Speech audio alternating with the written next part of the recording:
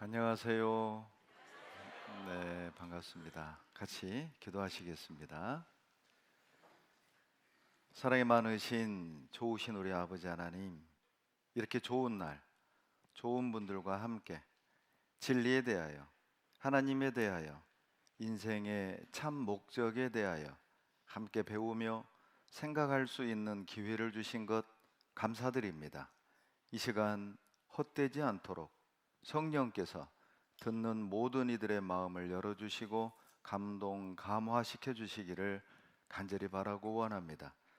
말씀을 전하는 사람의 입술도 주장하셔서 사람의 지혜는 감춰주시고 하나님의 뜻, 하나님의 영광만을 바르게 전해드릴 수 있도록 도와주시옵소서. 우리를 사랑하시는 예수님 이름으로 감사하며 기도드렸습니다. 아멘. 신약성경 디모데후서 3장 15절을 찾겠습니다. 신약성경 346페이지입니다. 디모데후서 3장 15절입니다. 신약 346페이지입니다. 다 같이 15절만 읽겠습니다. 또 내가 어려서부터 성경을 알았나니 성경은 능히 하여금 그리스도 예수 안에 있는 믿음으로 말미암아 구원에 이르는 지혜가 있게 하느니라.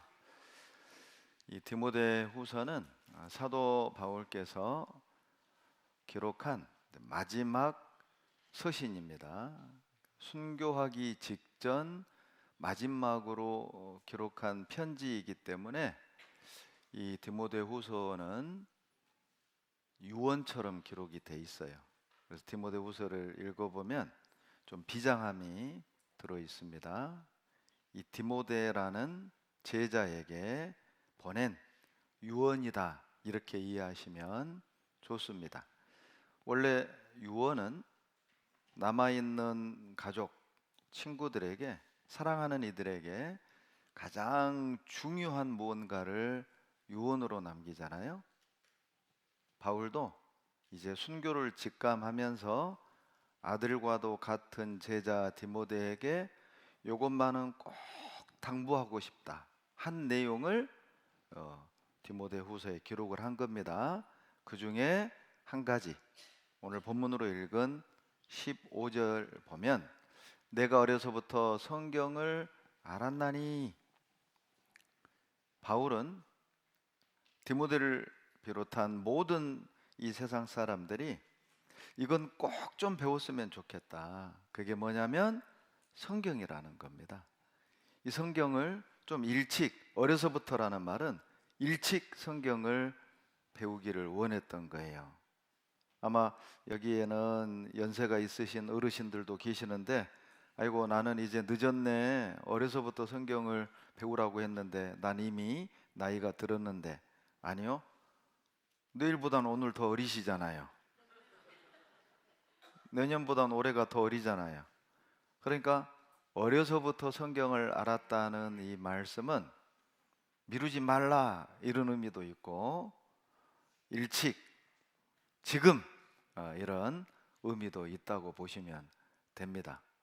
그러니 다른 건 미뤄도 되는데 성경을 배우는 건 미루지 말라는 겁니다. 그 이유가 15절 후반부에 들어있는데, 구원에 이르는 지혜가 성경에 있기 때문에 바울은 모든 사람들이 성경을 좀 어려서부터, 좀 일찍, 그리고 성경 배우는 걸 미루지 않길 유언으로 남기는 거예요. 왜냐하면 이 성경에 구원에 이르는 지혜가 들어있거든요. 여러분, 불구덩이 속에 있는 사람은 불 속에서 구원받아야 되고, 물에 빠져 죽어가는 사람은 물에서 구원받아야 되는데, 여기 앉아있는 우리는 무엇으로부터 구원을 받으란 말이냐? 바로 죄로부터입니다. 여기에는 믿는 분도 계시고 안 믿는 분도 계십니다.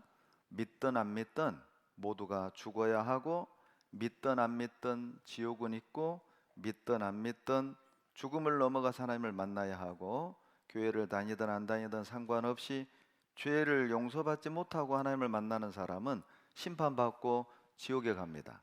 이번에 끝까지 들어보시면 알게 될 겁니다. 그러니까 죄로부터 구원을 받아야 한다는 거예요. 하나님의 심판을 피하는 방법은 하나밖에 없는데, 죄로부터 구원을 받고 하나님을 만나면 심판을 피할 수 있다는 거거든요. 죄로부터 구원만을 말하는 게 아닙니다. 15절에 구원에 이르는 지혜가 있다는 이 말씀 속에는, 여러분 우리가 세상을 살다 보면 얼마나 많은 인생의 문제를 만납니까? 그 문제에 대한 답을 얻는다는 의미도 있어요. 우리를 괴롭히고 우리 마음을 어둡게 하고 우리 삶을 피폐하게 만드는 수많은 어떤 인생의 그 문제들로부터 우리는 구원을 받아야 되는 거예요. 답을 얻으면 어때요? 그 문제들로부터 벗어날 수 있겠잖아요. 성경에 그 인생의 문제에 대한 답이 들어있다는 겁니다. 그래서 성경을 인생의 답안지다 이렇게 말을 하는 거예요. 여러분 학창시절 중간고사, 기말고사 우리 시험 보잖아요. 시험 볼 때 되면 얼마나 긴장하고 스트레스 받아요. 그런데 만약에 답안지를 가지고 시험을 본다, 편안할까요? 답답할까요? 그러죠. 벌써 얼굴이 펴집니다. 이미 중간고사, 기말고사 지나갔는데도. 그러죠. 여러분 인생의 답안지를 가지고 세상을 산다? 그 살만하지 않겠어요? 그렇잖아요.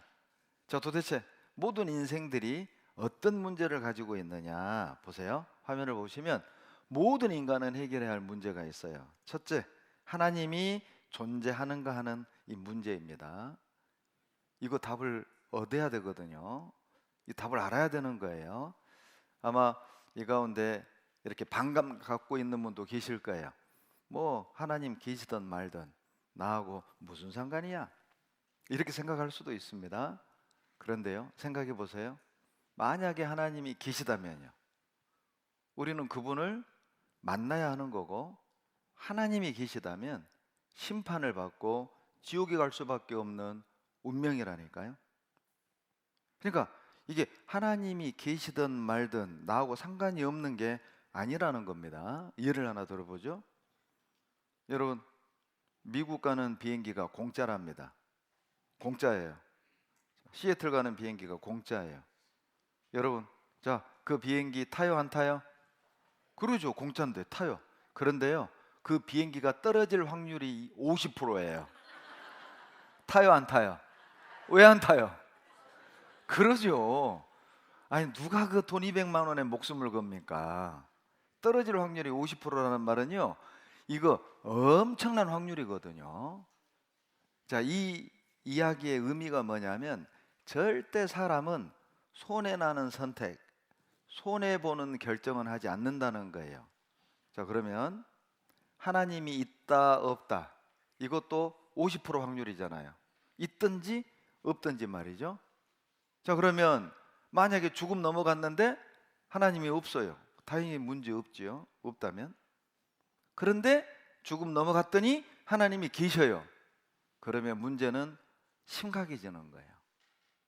그러면 여러분, 믿는 게 나한테 유익해요? 안 믿는 게 나에게 유익해요? 상식적이지 않아요? 어떤 것이 나에게 유익한 거냐? 우리는 유리한 선택을 하게 된단 말이에요. 자, 그런데 하나님의 존재의 문제는 그런 확률의 문제가 아닙니다. 하나님이 계신 증거가 너무도 많다니까요. 하나님이 계신 증거가 확실하다니까요. 그러니까 성경을 좀 배우기를 원했다니까요. 어려서부터 성경을 알기를 원했다니까요. 성경을 배워보면 계시네? 금방 그 결론에 도달하거든요. 저도 89년 4월에 여러분처럼 이 강연회를 처음 참석했는데, 저는 월요일 하루도 없고 다 믿게 됐어요. 하나님이 계신 거, 성경의 사실인 거, 제가 교회는 열심히 다니지만 천국 갈 믿음이 없다는 것까지 다 알게 됐어요. 첫날은 제 동창이, 고등학교 동창이 저를 전도했거든요. 그 동창이 지금은 제 아내가 됐습니다. 아니, 이쁜 여학생이 듣자고 하니까 거절을 못 하겠잖아요. 그러니까 그냥 인사치레로 월요일 하루만 들어야지. 여러분 89년도에는요 성경 강연에 하루 3시간씩 했어요. 강사가 필 받으면 4시간도 갑니다. 걱정하지 마세요. 저는 필 안 받을 겁니다. 그런데 그 당시에는 제가 살던 도시에는 교회가 없었단 말이에요. 1시간 반 차를 타고 타 도시에 가서 성경을 배우고 돌아오면 12시 새벽 1시예요. 그런데 월요일 하루 듣고 말려고 그랬거든요. 그런데 월요일 하루 듣는데 이게 왜 성경에 이런 내용이 있지? 오늘 이제 그걸 제가 보여드릴 겁니다.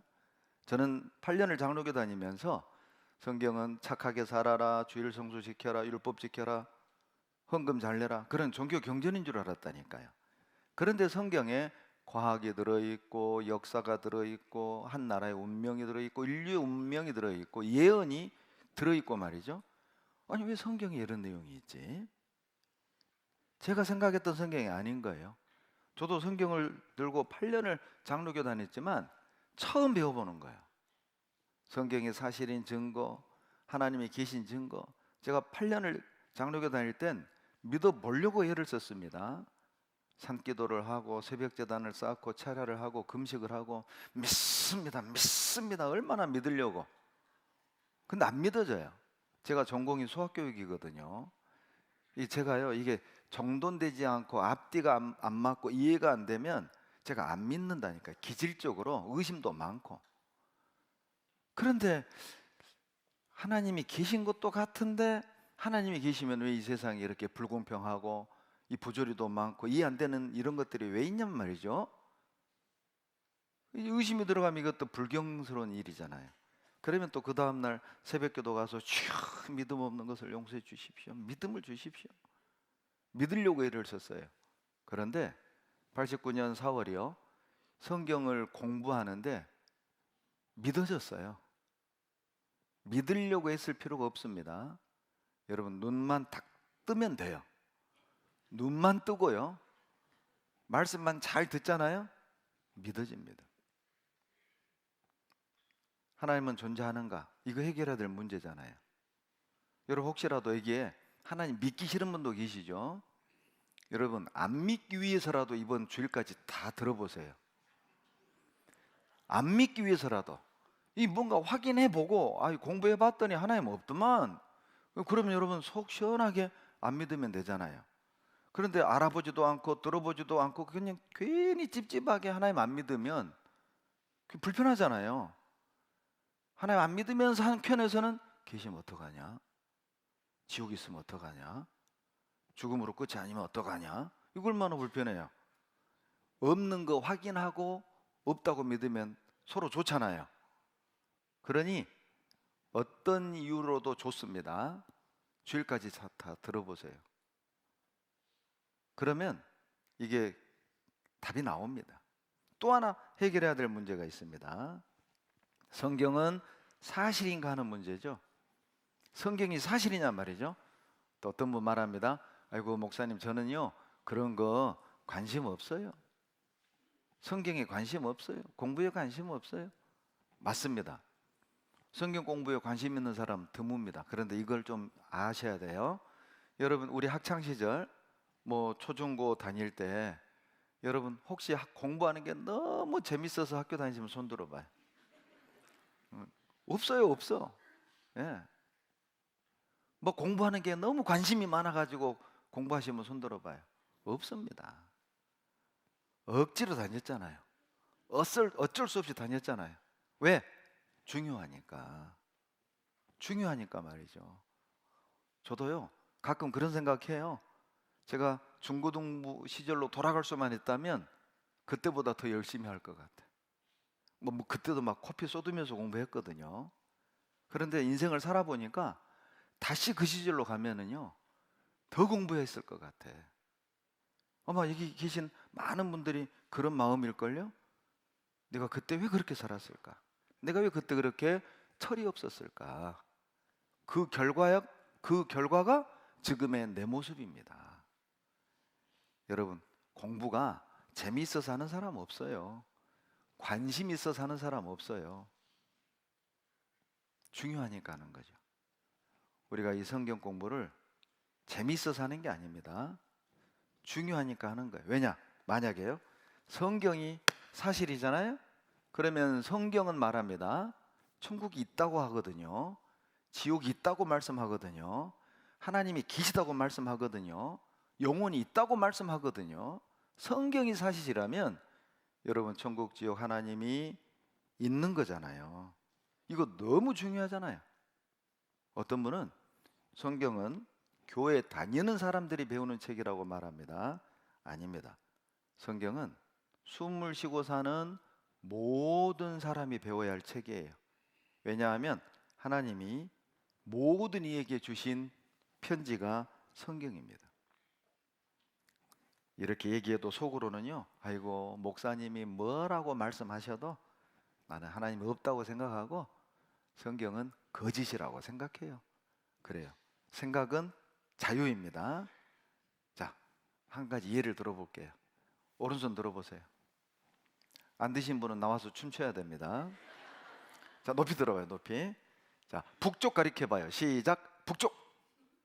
북쪽 가리켜요. 옆 사람하고 봐봐요. 자기 손하고. 다 달라. 다 달라. 네, 내리세요. 내리세요. 북쪽 어디예요? 북쪽. 또 달라. 또 달라. 또 달라. 여러분, 자, 북쪽을 어떻게 정할까요?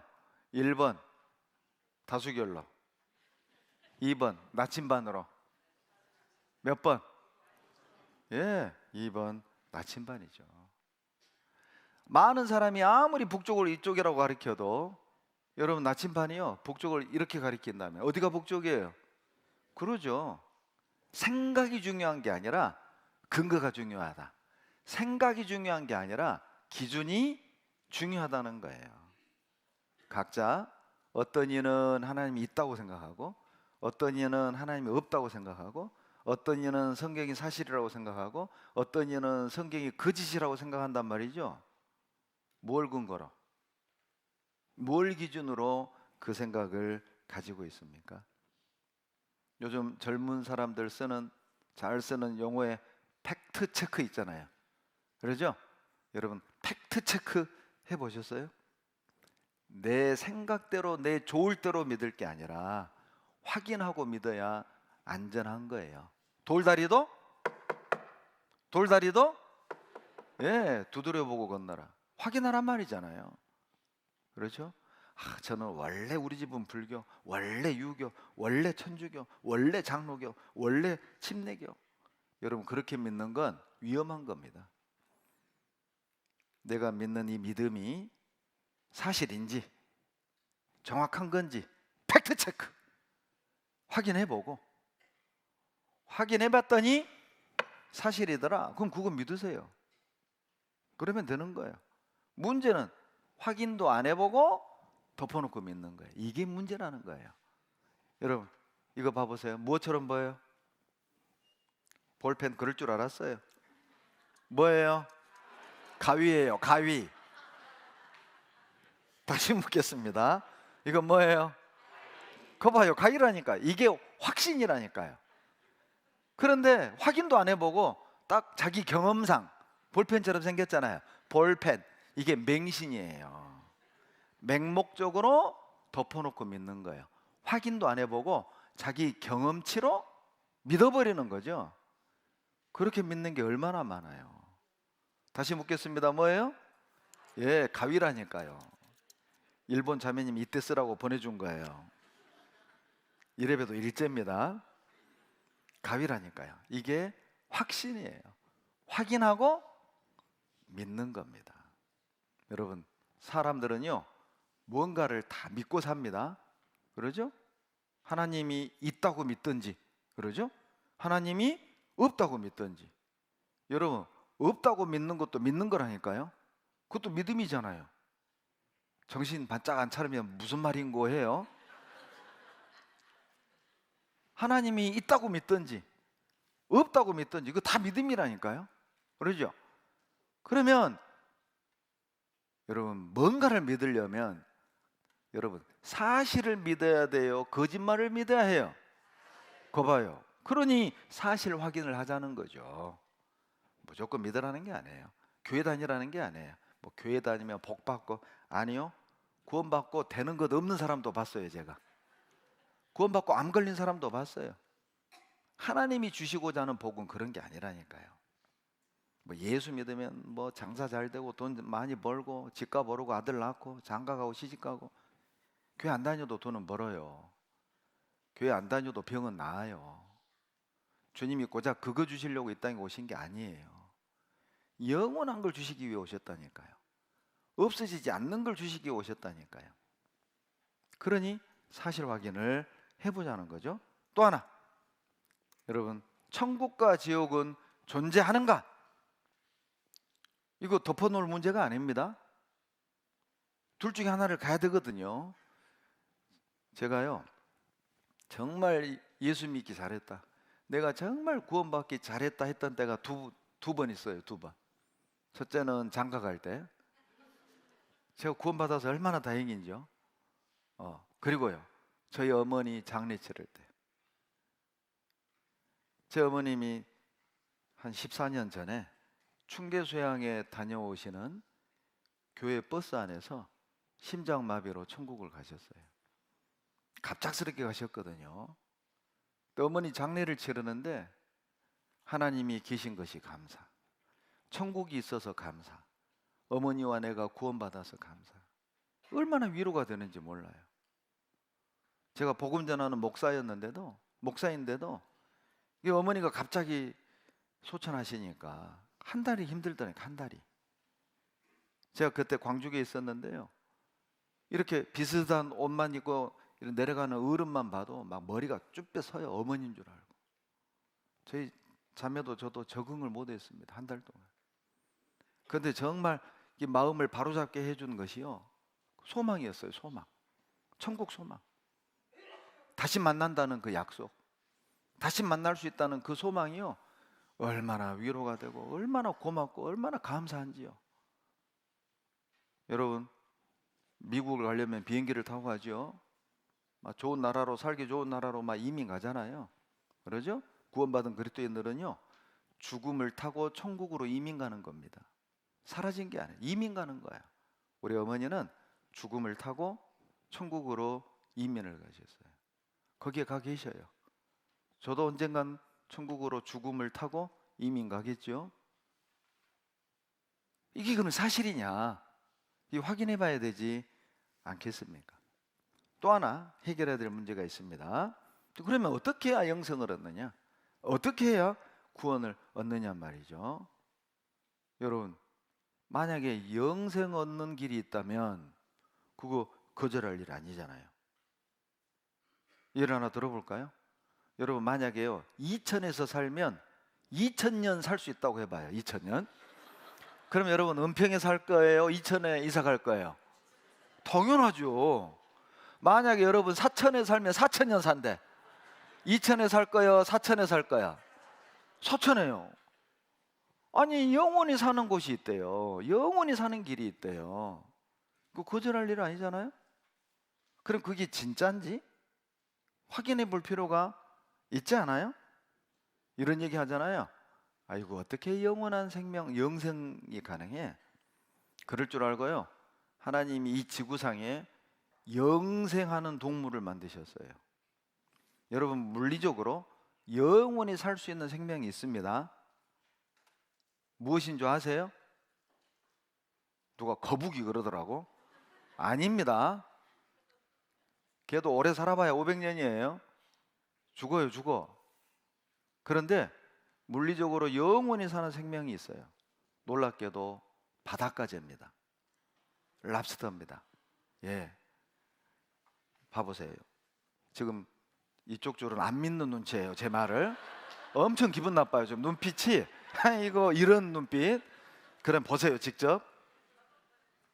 랍스터는 무게로 따지면 20kg, 길이로는 1m까지 자라는 가장 큰 무척추 동물입니다. 그리고 랍스터는 생물학적 영생을 하는 생명체입니다. 절대로 자연사하지 않습니다. 이게 무슨 말일까요? 염색체의 양쪽 끝에 붙어있는 꼬리 부분이 생명체의 수명을 결정하는 텔로미어입니다. 이 텔로미어의 길이가 짧아지면서 생명체는 늙고 나중엔 죽게 됩니다. 하지만 랍스터는 텔로미어를 복구하는 능력이 있습니다. 바로 텔로머라제라는 효소 덕분입니다. 사람은 20대 중반부터 노화가 노화가 시작되지만 랍스터는 평생 동안 늙지 않고 성장만 합니다. 하지만 기네스북에 등재된 최고령 랍스터는 200살입니다. 그 이유는 랍스터가 사고사를 많이 당하기 때문입니다. 물론 다른 생물들에게 많이 잡아 먹히기도 하지만 고령 랍스터의 가장 많은 사고사는 껍질입니다. 100살 이상 고령 랍스터는 껍질이 너무 단단하고 두꺼워서 황당하게도 탈피를 하는 과정에서 끼어 죽게 됩니다. 랍스터가요, 사고사만 안 당하면 영생한다니까요. 여러분, 실제 이걸 이제 생명시계라고 하는데, 염색체 끝에요, 이게 염색체라고 하잖아요. 그러면 끝에 텔로미어라는 게 있대요. 텔로미어. 이게요, 세포 분열을 하면서 할 때마다 이 텔로미어가요 짧아지는 거예요. 이게 아예 짧아져서 사라지잖아요. 그럼 죽는 겁니다. 그런데 랍스타는 텔로머라제라는 효소가 만들어져요, 몸 안에. 그 텔로머라제는 줄어든 이 텔로미어를 복구시키는 효소라는 거예요. 그러니까 안 늙는 거죠. 이 텔로미어가 짧아져 가는 걸 우리는 늙는다 이렇게 말하거든요. 그리고 텔로미어가 다 사라지면 죽는 겁니다. 여러분, 왜 하나님이 랍스터를 저렇게 만들었을까요? 하나님이요, 맛보기 보여주는 겁니다. 영생이 가능하다니까요. 그러면 알아봐야 되지 않겠어요? 또 한 가지 해결해야 될 문제가 있습니다. 인간은 어디서 와서 왜 살며 어디로 가는가, 이거 알아봐야 되지 않아요? 여러분, 인간이 어디서 와서 어디로 가는 걸 아는 게 왜 중요할까요? 중요합니다. 사람이요, 어디서 왔는지를 모르잖아요. 왜 살아야 되는지를 몰라요. 어떻게 살아야 되는지를 몰라요. 어디로 갈지도 몰라요. 제가 광주에 있을 때 요고 3학년 여자아이를 상담을 했습니다. 이 아이가 이 자살 충동이 있었던 거예요. 이 어머니가 너무너무 두려워서 저에게 데려온 겁니다. 이 아이가 제 집무실에 들어와서 앉자마자 저에게 던졌던 질문이 뭐냐면, 목사님, 왜 자살하면 안 되죠? 여러분 대답해 보세요. 여러분의 아이가, 여러분의 손자가 왜 자살하면 안 되냐고 물을 때 여러분은 뭐라고 대답하실래요? 이렇게 살기 좋은 세상 왜 주고? 아마 이렇게 대답할 사람은 없을 겁니다. 왜냐하면 본인도 어쩔 수 없이 살잖아요. 죄송합니다. 제가 오해를 했네요. 평택과 은평은 좀 다르네요. 살만하시다 봐요. 아마 그렇게 대답할 사람은 없을 거예요. 저도 그런 질문 처음 받아봤거든요. 근데 저도 모르게 이렇게 대답을 했습니다. 자살하면 안 되지. 왜냐하면 생명은 하나님이 맡겨주신 거기 때문에 하나님이 취해가기 전까진 우리 인간은 생명을 잘 보존할 의무만 있는 거야. 이해가 곰곰이 생각하더니요, 맞네요. 지금도 찬양대 봉사하고 있습니다. 여러분, 어디서 왔는지 모르면 어디로 가는지도 모르고 왜 살아야 되는지도 모른다니까요. 여러분, 어디서 오셨어요? 불광동에서 왔는데요, 이러면 우리 오늘 대화 안 되는 겁니다. 뭐 가련동에서 왔는데요, 이러면 우리 오늘 대화 안 되는 거예요. 어디서 오셨어요? 여러분, 어디서 왔는지를 알아야 왜 살아야 되는지도 알고 어떻게 살아야 되는지도 알아요. 건망증이 심한 택시기사가 있었대요. 하필 그 택시에 건망증이 심한 아주머니가 탔답니다. 그래서 기사가 물었대요. 아주머니 어디 가세요? 근데 이 아주머니가 문을 닫는 순간 목적지를 잃어버렸어요. 한참 고민하다가 기사에게 물었답니다. 아저씨, 나 어디 가죠? 그러니까 이 기사님이 놀라면서 돌아보고 하는 말이, 언제 탔어요? 참 답답한 사람들 얘기죠. 여러분, 그런데 그 이야기는 우리 각자의 이야기예요. 그러잖아요. 우리가요, 내 인생이라는 택시를 타고 어떤 사람은 56년을 달려왔고 어떤 사람은 60년을 달려왔고 어떤 사람은 88년을 지금 달려왔단 말이에요. 어디로 가고 계세요? 열심히 사는 것, 좋습니다. 그러나 열심히 사는 것보다 더 중요한 게 뭐냐면 어디로 가느냐, 목적지가 중요하지 않아요? 오늘 제 처형이 양재동 병원에 수술을 해가지고 오던 길에 양재동을 들렸다 이제 서울 시내를 통과해서 여기 오는데 아주 막 얼마나 긴장했는지 몰라요. 서울길 너무 복잡해. 평택길은 단순합니다. 우회전, 좌회전, 직진밖에 없어요. 그런데 이게 막 고속도로에서도 막 네 갈래, 세 갈래, 또 빠져나와 가지고 또 두세 갈래, 올라가야 되는지 내려가야 되는지 너무 이게 내비가 헷갈려요. 헷갈려. 얼마나 긴장했는지 몰라요. 예. 내가 어디서 왔는지를 모르고 길을 모르고 살면 엉뚱한 데 가는 거예요. 열심히 가는 것보다 더 중요한 게 목적입니다. 목적지죠. 제가 좋아하는 이 노래 중에요, 이 가사가 너무 좋은 노래가 있어요. 사해참미란 노래 아세요? 적막한 광야를 달리는 인생아, 너는 무엇을 찾으러 왔느냐. 이래도 한 세상, 저래도 한 평생, 돈도 명예도 사랑도 다 싫다. 적막한 광야를 달리는 인생아, 너는 무엇을 찾으러 왔느냐. 돈도 벌어보고 명예도 누려보고 사랑도 해봤지만 그게 답이 아니더라는 겁니다. 여러분은 무엇을 얻기 위해 이 땅에 오셨습니까? 여러분, 길을 모를 땐 길을 아는 사람에게 물어야죠. 여러분, 서울길은 평택 사람에게 물어야 돼요? 서울 사람에게 물어야 돼요? 평택길은 서울 사람에게 물어야 돼요? 평택 사람에게 물어야 돼요? 평택 사람에게. 인생길은 누구에게 물어야 돼요? 하나님께 물어야 됩니다. 여러분, 공자님 모릅니다. 이거 한번 보시죠. 여기 보면 부처님도 공자님도 인생길을 모른다니까요. 제자가 물었습니다. 공자의 제자가 물었습니다. 선생님, 죽음 뒤에 어떻게 됩니까? 정말 이 공자는 정직한 선생님이에요. 미지생이면 언제 살이요? 내가 살았을 때 일도 모르는데 죽음 뒤에를 어찌한단 말이냐? 진짜 훌륭한 선생이죠. 아는 척하는 게 아니라 모르는 건 모른다. 이 진짜 훌륭한 선생이잖아요. 공자도 여러분 인생길을 모릅니다. 부처님은 알까요? 부처님도 모릅니다. 여러분, 제 서재에 이 아함경이라는 부처님 말씀이 꼽혀 있습니다. 제가 이 불경을 산 이유가 있어요. 이 아함경은요, 부처님 말씀 300가지를 추려놓은 거예요. 이 내용 중에 어떤 내용이 있냐면 부처님 제자가 이렇게 부처님께 묻습니다.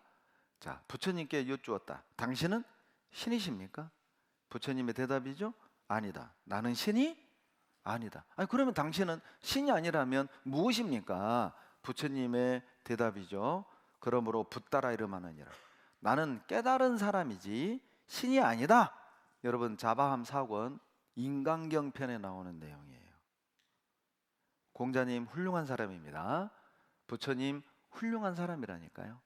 부처님은 자신을 신격화시키기를 원하지 않았어요.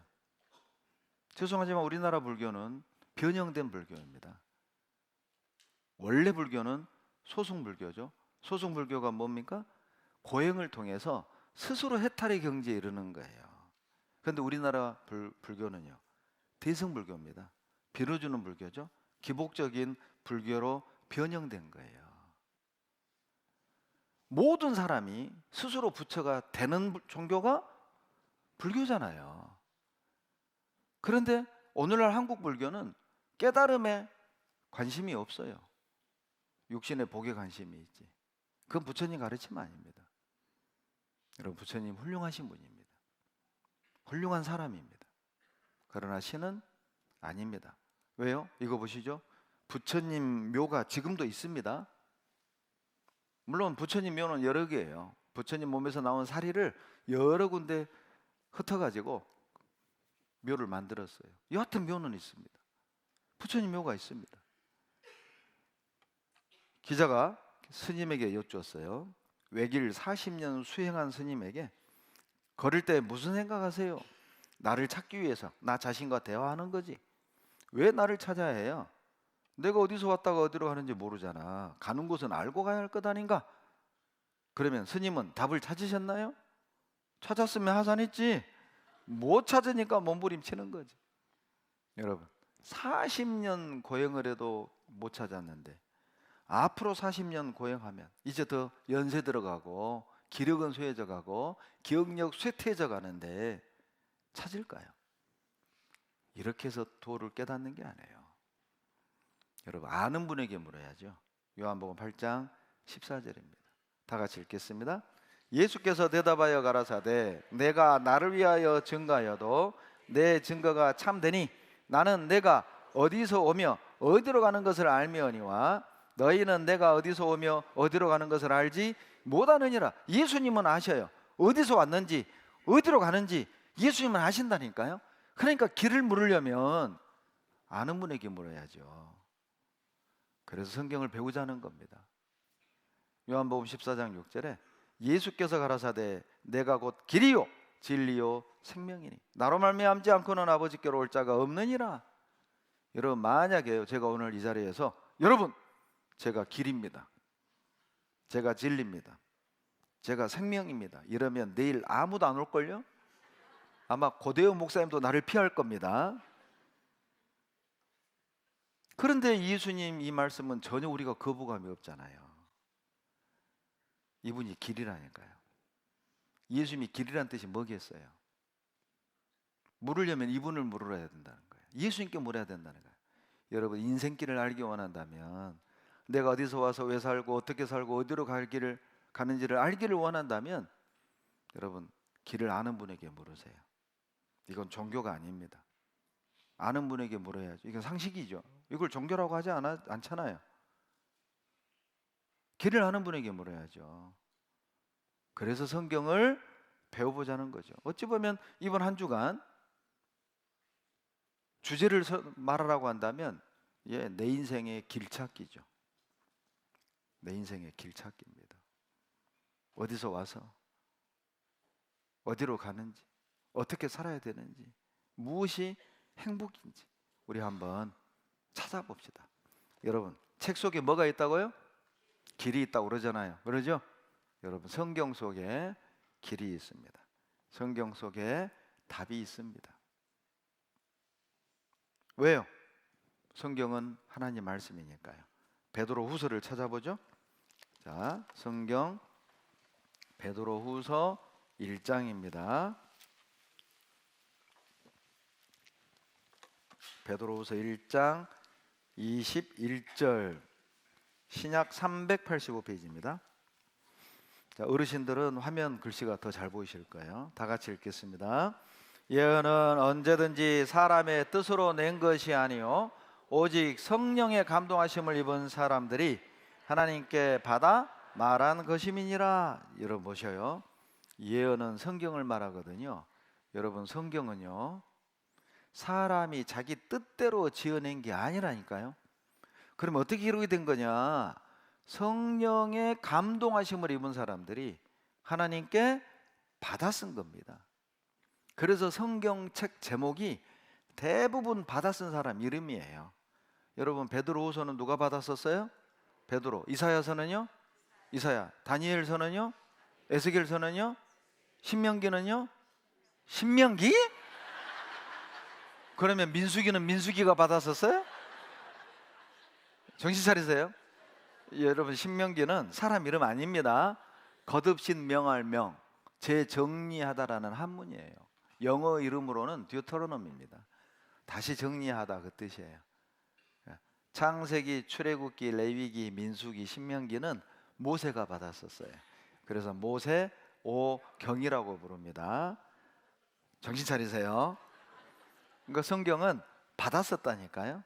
여러분 봐봐요. 이렇게 연두 기자회견 할 때 대통령이 말씀하시면 기자들이 받아 쓰죠. 그리고 어때요? 신문 지면 끝에다가 뭐 기자 누구누구 실명제입니다. 이 기사 내용 내가 책임진다는 거예요. 여러분 성경을 저자라고 하지 않아요. 저자는요, 지어낸 사람을 저자라고 하잖아요. 기자는요, 보고 들은 걸 옮기는 사람을 기자라고 해요. 그래서 베드로를 기자라고 하지 저자라고 하지 않아요. 왜? 보고 들은 걸 옮겼을 뿐이에요. 이거 봐요. 출애굽기 24장 4절에도 모세가 여호와의 모든 말씀을 어떻게 했어요? 기록한 것이 모세오경이라니까요. 예레미야라는 사람은요, 이렇게 말씀합니다. 여호와께로서 말씀이 예레미야에게 임하여 이르시니라. 이스라엘의 하나님 여호와께서 이같이 일러 가라사대 내가 내게 이른 모든 말을 책에 뭐라고요? 그게 예레미야서예요. 예레미야가 받아 쓴 것이 예레미야서거든요. 이 다니엘이라는 사람은요, 받아 써놓고도 뜻을 몰랐습니다. 그래서 하나님께 묻습니다. 내가 듣고도 깨닫지 못한지라 내가 가로되 내 주여 이 모든 일의 결국이 어떠하겠습니까? 하나님, 쓰라고 해서 내가 받아는 썼는데요, 무슨 뜻입니까? 다니엘아 갈지어라, 이거를 마지막 때까지 봉함할지어다. 다니엘아, 너는 내가 설명해줘도 몰라.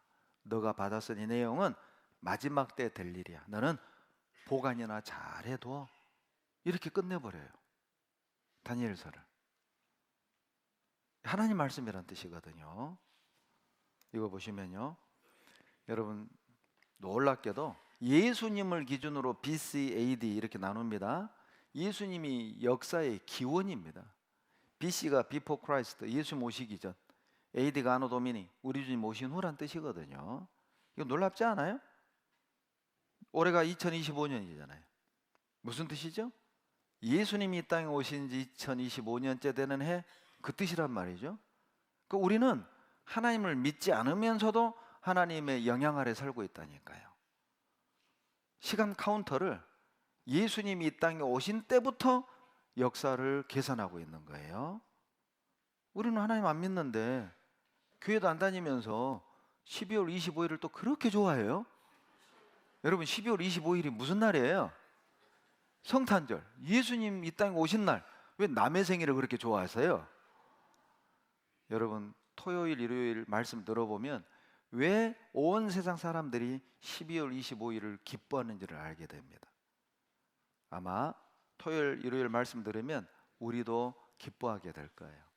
여하튼 예수님은 역사의 기준입니다. 화면 보시면요, 예수님이 이 땅에 오시기 1500년 전부터 성경은 바다 기록이 된 거예요. 창세기부터. 그리고 예수님 오신 지 100년 정도의 요한계시록 기록이 끝납니다. 그러니까 1600년 동안 기록이 된 거죠. 여러분, 이 세상에 어떤 책도 1600년 동안 기록된 책 없습니다. 총 66권이거든요. 구약 39권, 신약 27권. 그런데 놀라운 건요, 약 40명이 받았었는데 이 40명은 각기 다른 시대, 각기 다른 지역, 각기 다른 직업을 가진 사람들이에요. 그러니까 몰라요. 이사야하고 모세하고 만난 적이 없다니까요. 모세하고 사도 요한하고 만난 적이 없다니까요. 그런데 내용은 연결이 돼요. 왜요? 한 분, 하나님 말씀이니까요. 불러준 분은 한 분이에요. 그러니 내용이 연결될 수밖에요. 더 놀라운 건 내용입니다. 인간 역사의 시작부터 끝까지가 기록이 돼 있어요. 아마 이 가운데도 책을 많이 보신 분 계실 텐데, 인간 역사의 시작부터 끝까지 기록된 책 본 적이 있으세요? 성경 외에는 없습니다. 그러니까 이 내용 자체가 사람이 지어낼 수 있는 내용이 아닙니다. 꾸며낼 수 있는 내용이 아니라니까요. 여러분, 자, 우리가 지금 2025년을 삽니다. 600여 년 전 여러분 역사를, 한국 역사 아세요? 600년 전 한국 역사 알아요? 모르잖아요. 600년 전에 우리나라 역사도 우리는 몰라요. 근데 어떻게 지어내요? 그런데 성경에는 인간 역사가 어디에서 시작이 돼서 어떻게 흘러왔고 어디에서 어떻게 끝이 날지가 기록이 돼 있고, 기록이요, 틀리면 믿을 필요 없는데 성경 기록대로 찾아내는 거예요. 성경 기록대로 이루어지는 거예요. 이게 그러니 안 믿을 수가 없다는 겁니다. 이거 보시면요, 여러분 이순신 장군이 1545년 사람입니다. 상당히 오래될 것 같은데 500년도 안 돼요. 그렇게 오래된 내용 아니잖아요. 그런데 성경은 이순신 탄생 3000년 전에 기록이 된 거야. 이순신 탄생 1400년 전에 성경 기록이 끝났다니까요. 그러니까 얼마나 이 성경이 오래된 책인지 아시겠죠? 그런데 이 내용이요, 사실로 밝혀지고 예언대로 이루어지는 거예요. 여러분 봐봐요. 1947년에 가장 오래된 성경 사본이 AD 900년 맞소라 사본이었습니다. 그런데 구약 성경은 언제 끝났냐 기록이 BC 400년에 기록이 끝났거든요. 그런데 원본은 이때 기록이 끝났고, 그리고 1300년 동안 어떤 구약 사본이 발견되지 않았어요. AD 900년 맞소라 사본이 가장 오래된 구약 사본입니다. 그러니까 성경을 공격하는 사람들이 1300년 시간 동안 원본과 이 맞소라 사본이 내용이 좀 변하지 않았겠냐? 이건 합리적인 의심이 가능하잖아요. 그러죠? 1300년이 지나면서 내용이 좀 이게 변하지 않았겠냐? 의심할 수 있잖아요. 그런데 예수 믿는 사람들이 변하지 않았다고 이렇게 답을 못 하는 거예요. 왜냐하면 근거가 없으니까요. 변하지 않았다는 근거를 지셔야 될 거 아니에요? 그런데 어떤 일이 벌어졌느냐? 보세요. 이곳 쿰란이라는 곳에서 지금도 여러분 이스라엘 사해바다 서쪽 쿰란이라는 넓은 지역이 있습니다. 사막입니다. 동굴이요, 수백 개예요. 1947년에 어떤 양치기가요, 무하마드 아디브라는 이 양치기가 양을 잃어버린 거예요. 양을 찾으러 헤매다가 이 굴을 발견한 겁니다. 이 굴. 그래서 돌을 던졌네요, 굴 안에다가. 근데 항아리가 쨍그랑 깨진 소리가 난 거예요. 이 아이가요, 이제 호기심이 발동한 겁니다. 혹시 돈이 들어있지 않을까? 기어 내려갔네요. 항아리를 발견했어요. 그 항아리가 바로 이 항아리입니다. 이 안에서 두루마리 가죽 성경을 발견했어요. 근데 이 아이는 성경인 줄 몰랐습니다. 그냥 이거 엿장수에게 팔아서 돈이나 벌자, 그리고 이 가죽으로 신발이나 만들자, 그 생각으로 8개의 두루마리를 들고 갔어요. 그리고 실제 고물상에 팝니다. 그리고 어찌어찌 우연히 고고학자 손에 그 두루마리가 들어가요. 그리고 고고학자가 그걸 조사해 보니까 바로 성경이라는 걸 밝혀낸 거예요. 바로 야딘이라는 고고학자입니다. 그리고 이제 수소문해 가지고 8개를 기어이 다 사드립니다. 그리고 이제 그 아이에게 어디서 났느냐? 동굴에서 났다고 뒤지기 시작한 거예요. 약 9천여 편의 사본 그리고 저작들이 발견이 됐어요. 더 놀라운 건요, 이사야 성경 1장부터 66장까지가 온전하게 통째로 발견된 겁니다. 제가 통째로 발견됐다고 해도 놀라는 사람이 아무도 없어요. 왜냐하면 그 가치를 모르니까. 이 당시에 어떤 문제가 있었냐면, 이사야 1장부터 39장까지는 이사야가 썼고 40장부터 66장까지는 이사야가 아닌 다른 사람이 써서 붙였다, 이렇게 성경을 공격했어요. 그런데 사회사본이 언제적 사본이냐? BC 150년경 사본이라는 게 밝혀졌어요.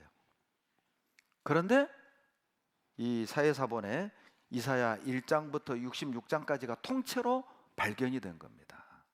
그러니까 누군가가 짜집기해서 집어넣었다는 이 공격이 사라져버린 것이죠.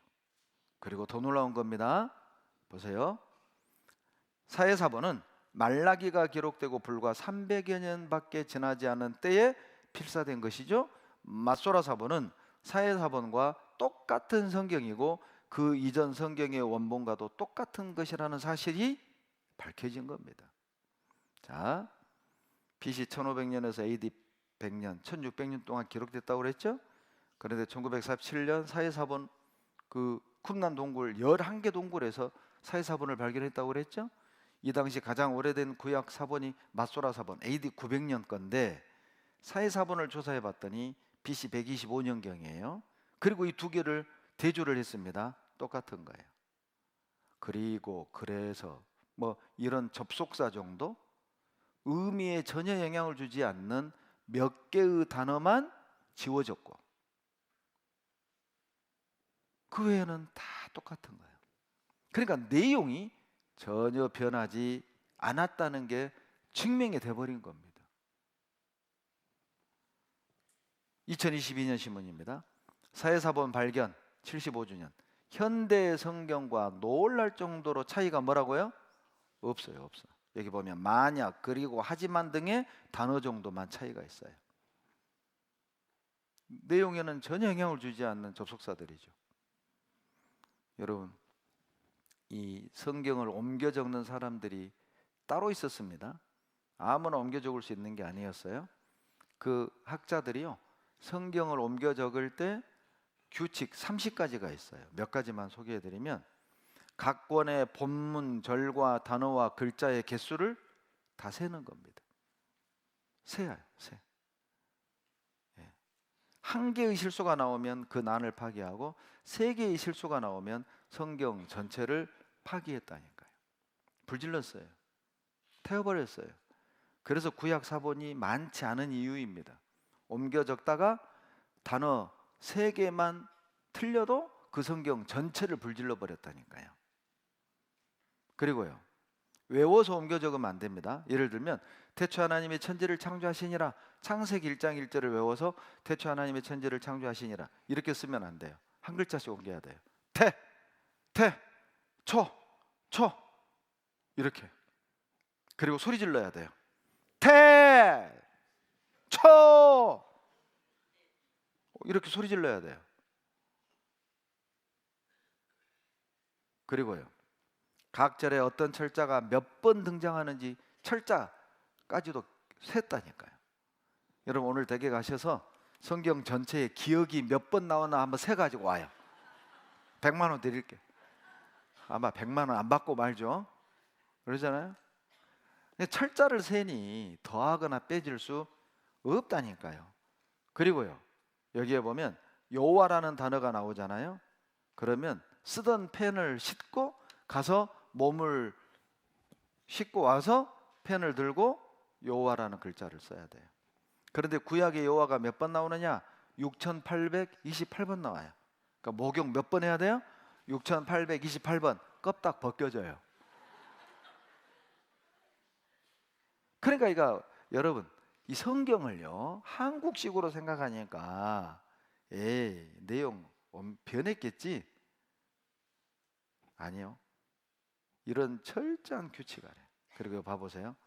마지막에는요, 옮겨 적을 때 왕이 와서 말을 시켜도 말하면 안 됩니다.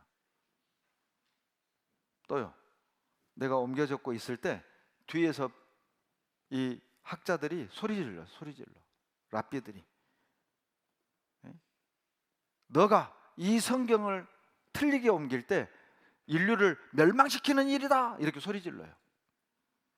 여러분, 말씀 시간에 졸고 있는데 뒤에서 넌 졸다가 지옥 간다 이렇게 소리 지르면 잠 오겠어요?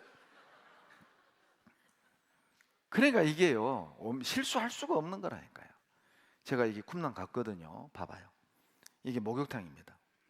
목욕탕에 난간이 있더라니까요. 물어봤어요, 가이드에게. 왜 이 난간을 만든 겁니까? 이유가 있습니다. 들어가는 사람과 나오는 사람이 부딪히지 않게 하려고. 부딪히면 부정 탔다고 해서 다시 샤워해야 돼요. 대단하죠? 그러니까 이 정도로 까다로웠고 이 정도로 철저했다니까요. 그리고 다 이제 옮겨 적었잖아요. 그러면 30일 안에 3번을 철자를 다 세서 틀린 게 있는지 없는지 3번 확인을 해야 돼요. 너무 바빠서 2번만 확인했잖아요. 그럼 이 성경 또 불질러야 돼요. 반드시 30일 안에 3번. 왕이 말을 걸어도 답변하면 안 돼요. 제가 시카고에 집회하러 갔는데 유대인 책방을 갔습니다. 이걸 팔더라니까. 야드라는 겁니다. 손가락 모양이에요. 이거 딱 이 모양. 용도가 뭐냐 물었더니 성경 읽을 때 이렇게 짚는 거래요. 그 제가 그랬어요. 아니 손가락으로 짚으면 되지 왜 연장을 쓰냐. 그랬더니 그 랍비가 뭐라고 하냐면, 당신은 당신 아버지하고 대화 나눌 때 아버지 얼굴에다 삿대질 하냐? 제 얼굴이 붉어졌다니까요. 여러분, 우리는요 그냥 이거 책이라고 생각하잖아요. 유대인들에겐 하나님 이게 너무 심해서 열쇠를 채워놔요. 그건 좀 너무 심해. 우상처럼 생겨버려요. 한국식으로 생각하니까 에이 더해지거나 빼졌겠지. 아니요, 그럴 수 없어요. 유대인은 어떻게 훈련받는 줄 아세요? 아이들이 기어다니잖아요. 그러면 성경에다가 꿀을 발라 던져줘요. 그러니까 애들은 핥잖아요. 달죠? 그러니까 검은 책은 좋은 책, 세뇌를 시키는 거예요. 그리고 돈하고 성경하고 떨어지면 성경부터 짚는 훈련을 하는 거예요. 자, 서울 사람들은 돈하고 성경 떨어지면 뭐부터 집어요? 넘어갑시다. 이런 걸 불편한 진실이라고 그래요. 다 알면서. 완전히 다르다니까요. 이거 봐보세요. 여러분, 노만 가이슬러라는 이 신학자입니다. 이분이 했던 말이에요. 다 같이 읽겠습니다. 그리스도인은 105%의 원본 성경을 얼마나 원본과 정확한지 아시겠죠? 105%의 원본 성경을 우리가 가지고 있는 거예요. 원본과 틀림이 없다는 겁니다. 여러분, 어느 정도 이 기술이 탁월하냐면 사본을 복원하는 능력이요. 자, 이걸 먼저 제가 말씀드릴게요. 20세기 초에 모세오경은 모세 이후 1200년 뒤에 누군가 지어낸 것이라고 주장을 했어요. 아까 말씀드렸죠. 자, 모세오경은 창세기, 출애굽기, 레위기, 민수기, 신명기잖아요. 이게 BC 1500년에 기록이 됐단 말이죠. 그러니까 1200년 뒤이니까 BC 300년경에 누군가가 지어냈다, 요렇게 주장을 했어요. 또 그런데 1979년에 박케이 박사가 세계 10대 고고학적 발굴이라 일컫는 엄청난 발굴을 해냅니다. BC 700년경의 것으로 추정되는 은조각 2개를 발견한 거예요. BC 700년 전이면 어때요? BC 700년이니까 400년 전이잖아요. 그러죠? 요겁니다. 여러분, 이 박케이 박사가 이 은 두루마리, 돌돌돌 말려있는 이 은 두루마리 2개를 발견해가지고 요거를 쫙 펼치는데 시간이 얼마나 걸린 줄 아세요? 놀릴 준비하고 들으세요. 이거 펼치는데 자 3년 걸렸어요. 아마 서울 사람들이 이거 발견했다면 쭉 폈을 거야. 그러죠? 모르니까, 뭘 모르니까. 그런데 세상에 요거 펴는데 3년, 그리고 그 속에 있는 글씨를 읽는데 3년. 놀랍게도 여기에 뭐가 적혀져 있었느냐? 민수기 6장 24절로 26절 고대 히브리어로 기록되어 있었어요. 민수기 6장 24절로 26절이라고 해도 뭔 말인지 몰라요. 내용을 보세요. 이 내용입니다. 그 유명한 제사장의 축복이란 내용이죠. 여호와는 내게 복을 주시고 너를 지키시기를 원하며 여호와는 그 얼굴로 내게 비치사 은혜 베푸시기를 원하며 여호와는 그 얼굴을 내게로 향하여 드사 평강 주시기를 원하노라. 제사장의 축복이라고 그러죠. 그런데 BC 700년경, 그래서 BC 300년경에 조작됐다고 주장했던 학자가 사라져버린 거예요. 그러니까요, 성경을 공격하는 학자들이 나타나잖아요. 신기하게 고고학적 발굴이 이루어져서 그 주장들이 다 무너지는 거예요. 다 무너졌어요. 성경은 여러분 105% 원본과 완전한 거예요. 우리는 105% 완전한 성경을, 원본을 가진 성경을 가지고 있는 거예요. 신명기 18장 한번 봐봅시다. 찾아보세요. 신명기 18장.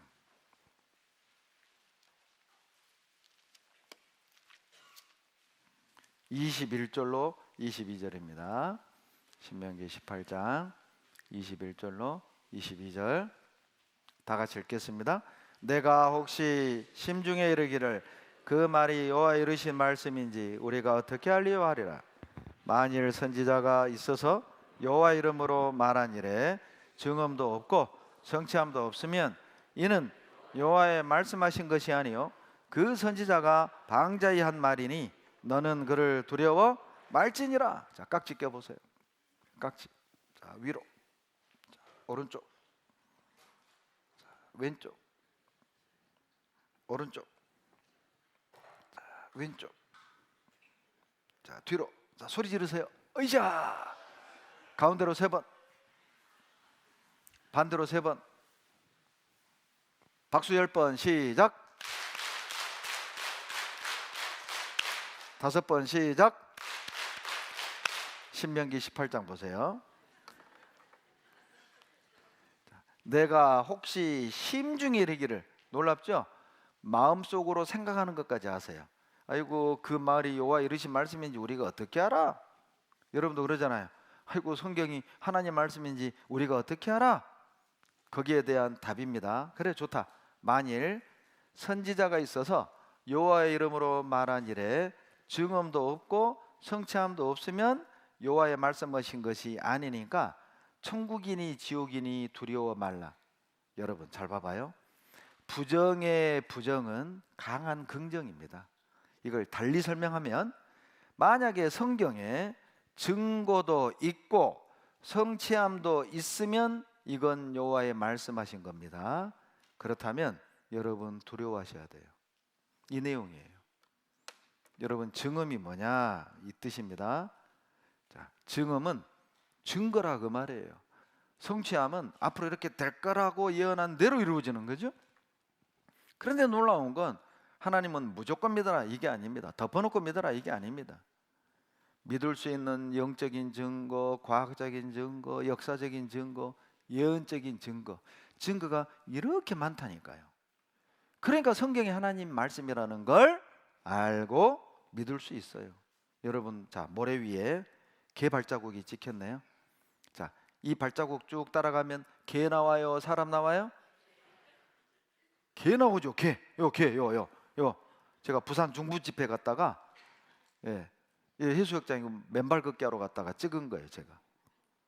여러분, 자, 이 사람 발자국 따라가면 개 나와요, 사람 나와요? 사람 나온다니까요.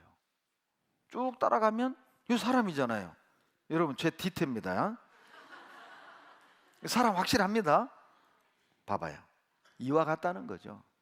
여러분, 자, 지금 내 눈앞에 사람은 안 보이지만 이 발자국만 쭉 따라가도 사람이 있다는 거 금방 알잖아요.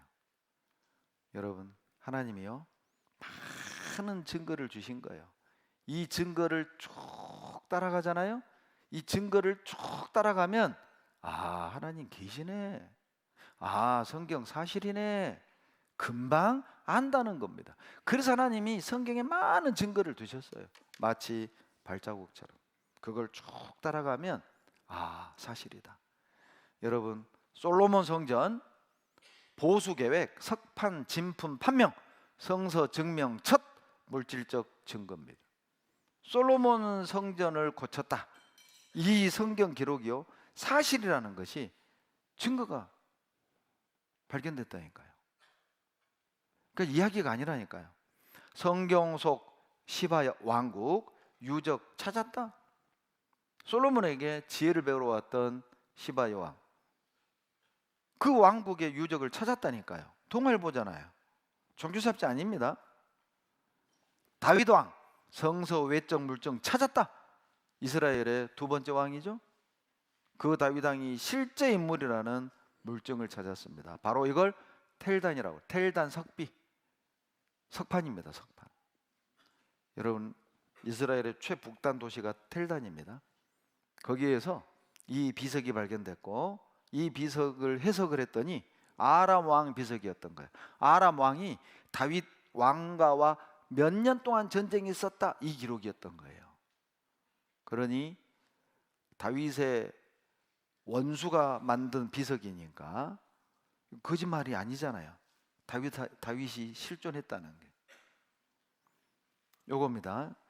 제가 올 1월에 워싱턴 생활집회하고 왔는데 워싱턴에 가면 뮤지엄 오브 더 바이블, 이 성경 박물관이 있어요. 여기에 딱 갔더니, 저랑 같이 갔던 우리 형제 자매들입니다. 여기 딱 들어갔더니요 여기 있더라니까. 텔단 그 석판, 요 하얀 부분 있잖아요. 요 텔단 스텔, 이게 이제 석판이라 그 말입니다. 비석이라 그 말이에요. 여기에 다윗의 왕가라는, 이게 진품은 아닙니다. 모조를 갖다 놓은 거예요. 모조를. 예. 그리고 더 놀라운 건요. 이게 지금 올 4월 달까지만 지금 그 성서박물관에 무기돈 모자이크를 전시하고 있어요. 이게 믿음의 기초라고 돼 있죠. 파운데이션 오브 베이스. 이게 왜 이런 말을 하냐면 여기에 요거 봐요. 이게 모자이크거든요. 이 모자이크예요. 하늘에서 찍은 겁니다. 이게 뭐냐면 무기도에 교도소가 있는데 이 죄수들이 많으니까 교도소를 이렇게 확장하려고 공사를 하는데 이스라엘 법이 뭐냐? 워낙 그 문화재가 많이 나오기 때문에 공사하기 전에 반드시 흙을 살살살살 파가지고 문화유산은 없는지 먼저 확인을 한답니다. 흙을 살살살 이 교도소 운동장을 걷어냈네요. 요게 나온 거예요. 그리고 이걸 그대로 떠서 워싱턴 성경발봉관에다 갖다 놓은 거예요. 4월 달까지만. 이제 기간 끝나면 발견했던 그 자리로 이제 영구 보존합니다. 왜 이게 중요하느냐? 요겁니다. 요걸 해석했거든요. 여기에 보면 이게 언제적 거냐? AD 230년경 교회당 터였다는 거예요. 거기가.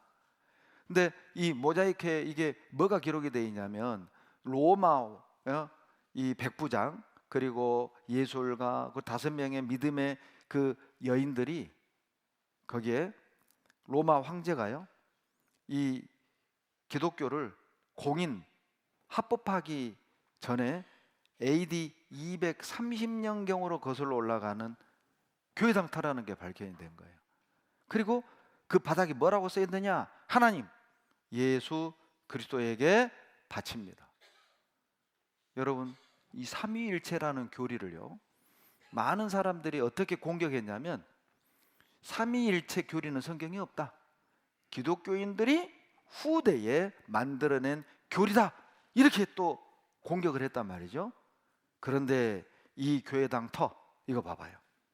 요거 아캡투스. 이 하나님을 사랑하는 아캡투스라는 자매가 오펄드 하나님께 헌납했다. 뭐를요? 이 테이블을 누구에게? God, Jesus Christ. 하나님이신 예수 그리스도에게 헌납했다. 그 내용입니다. 이게 하나님, 예수, 그리스도. 그러니 예수님이 하나님이라는 이 삼위일체는 후대가 기독교인들이 만든 교리가 아니라 예수님 때부터 계속 사도시대, 속사도시대 그리고 지금까지 믿어왔던 진리라는 거예요. 그래서 모자이크, 무기돈 모자이크 그 전시관 입구에다가요 파운데이션 오브 페이스 믿음의 기초라고 탁 써놨어요. 제가 이거 보는데 막 전율이 흐르더라니까요. 전율이. 예. 이분은요 넬슨 골레이게라는 고고학자입니다. 이분이 뭐라고 하는지 알아요? 나는 성경에 오류가 있다는 것을 전혀 발견하지 못했다. 성경의 역사 기록들이 개괄적으로나 세부적으로나 아주 뭐라고요? 정확합니다. 자, 이거 한번 봐보십시오.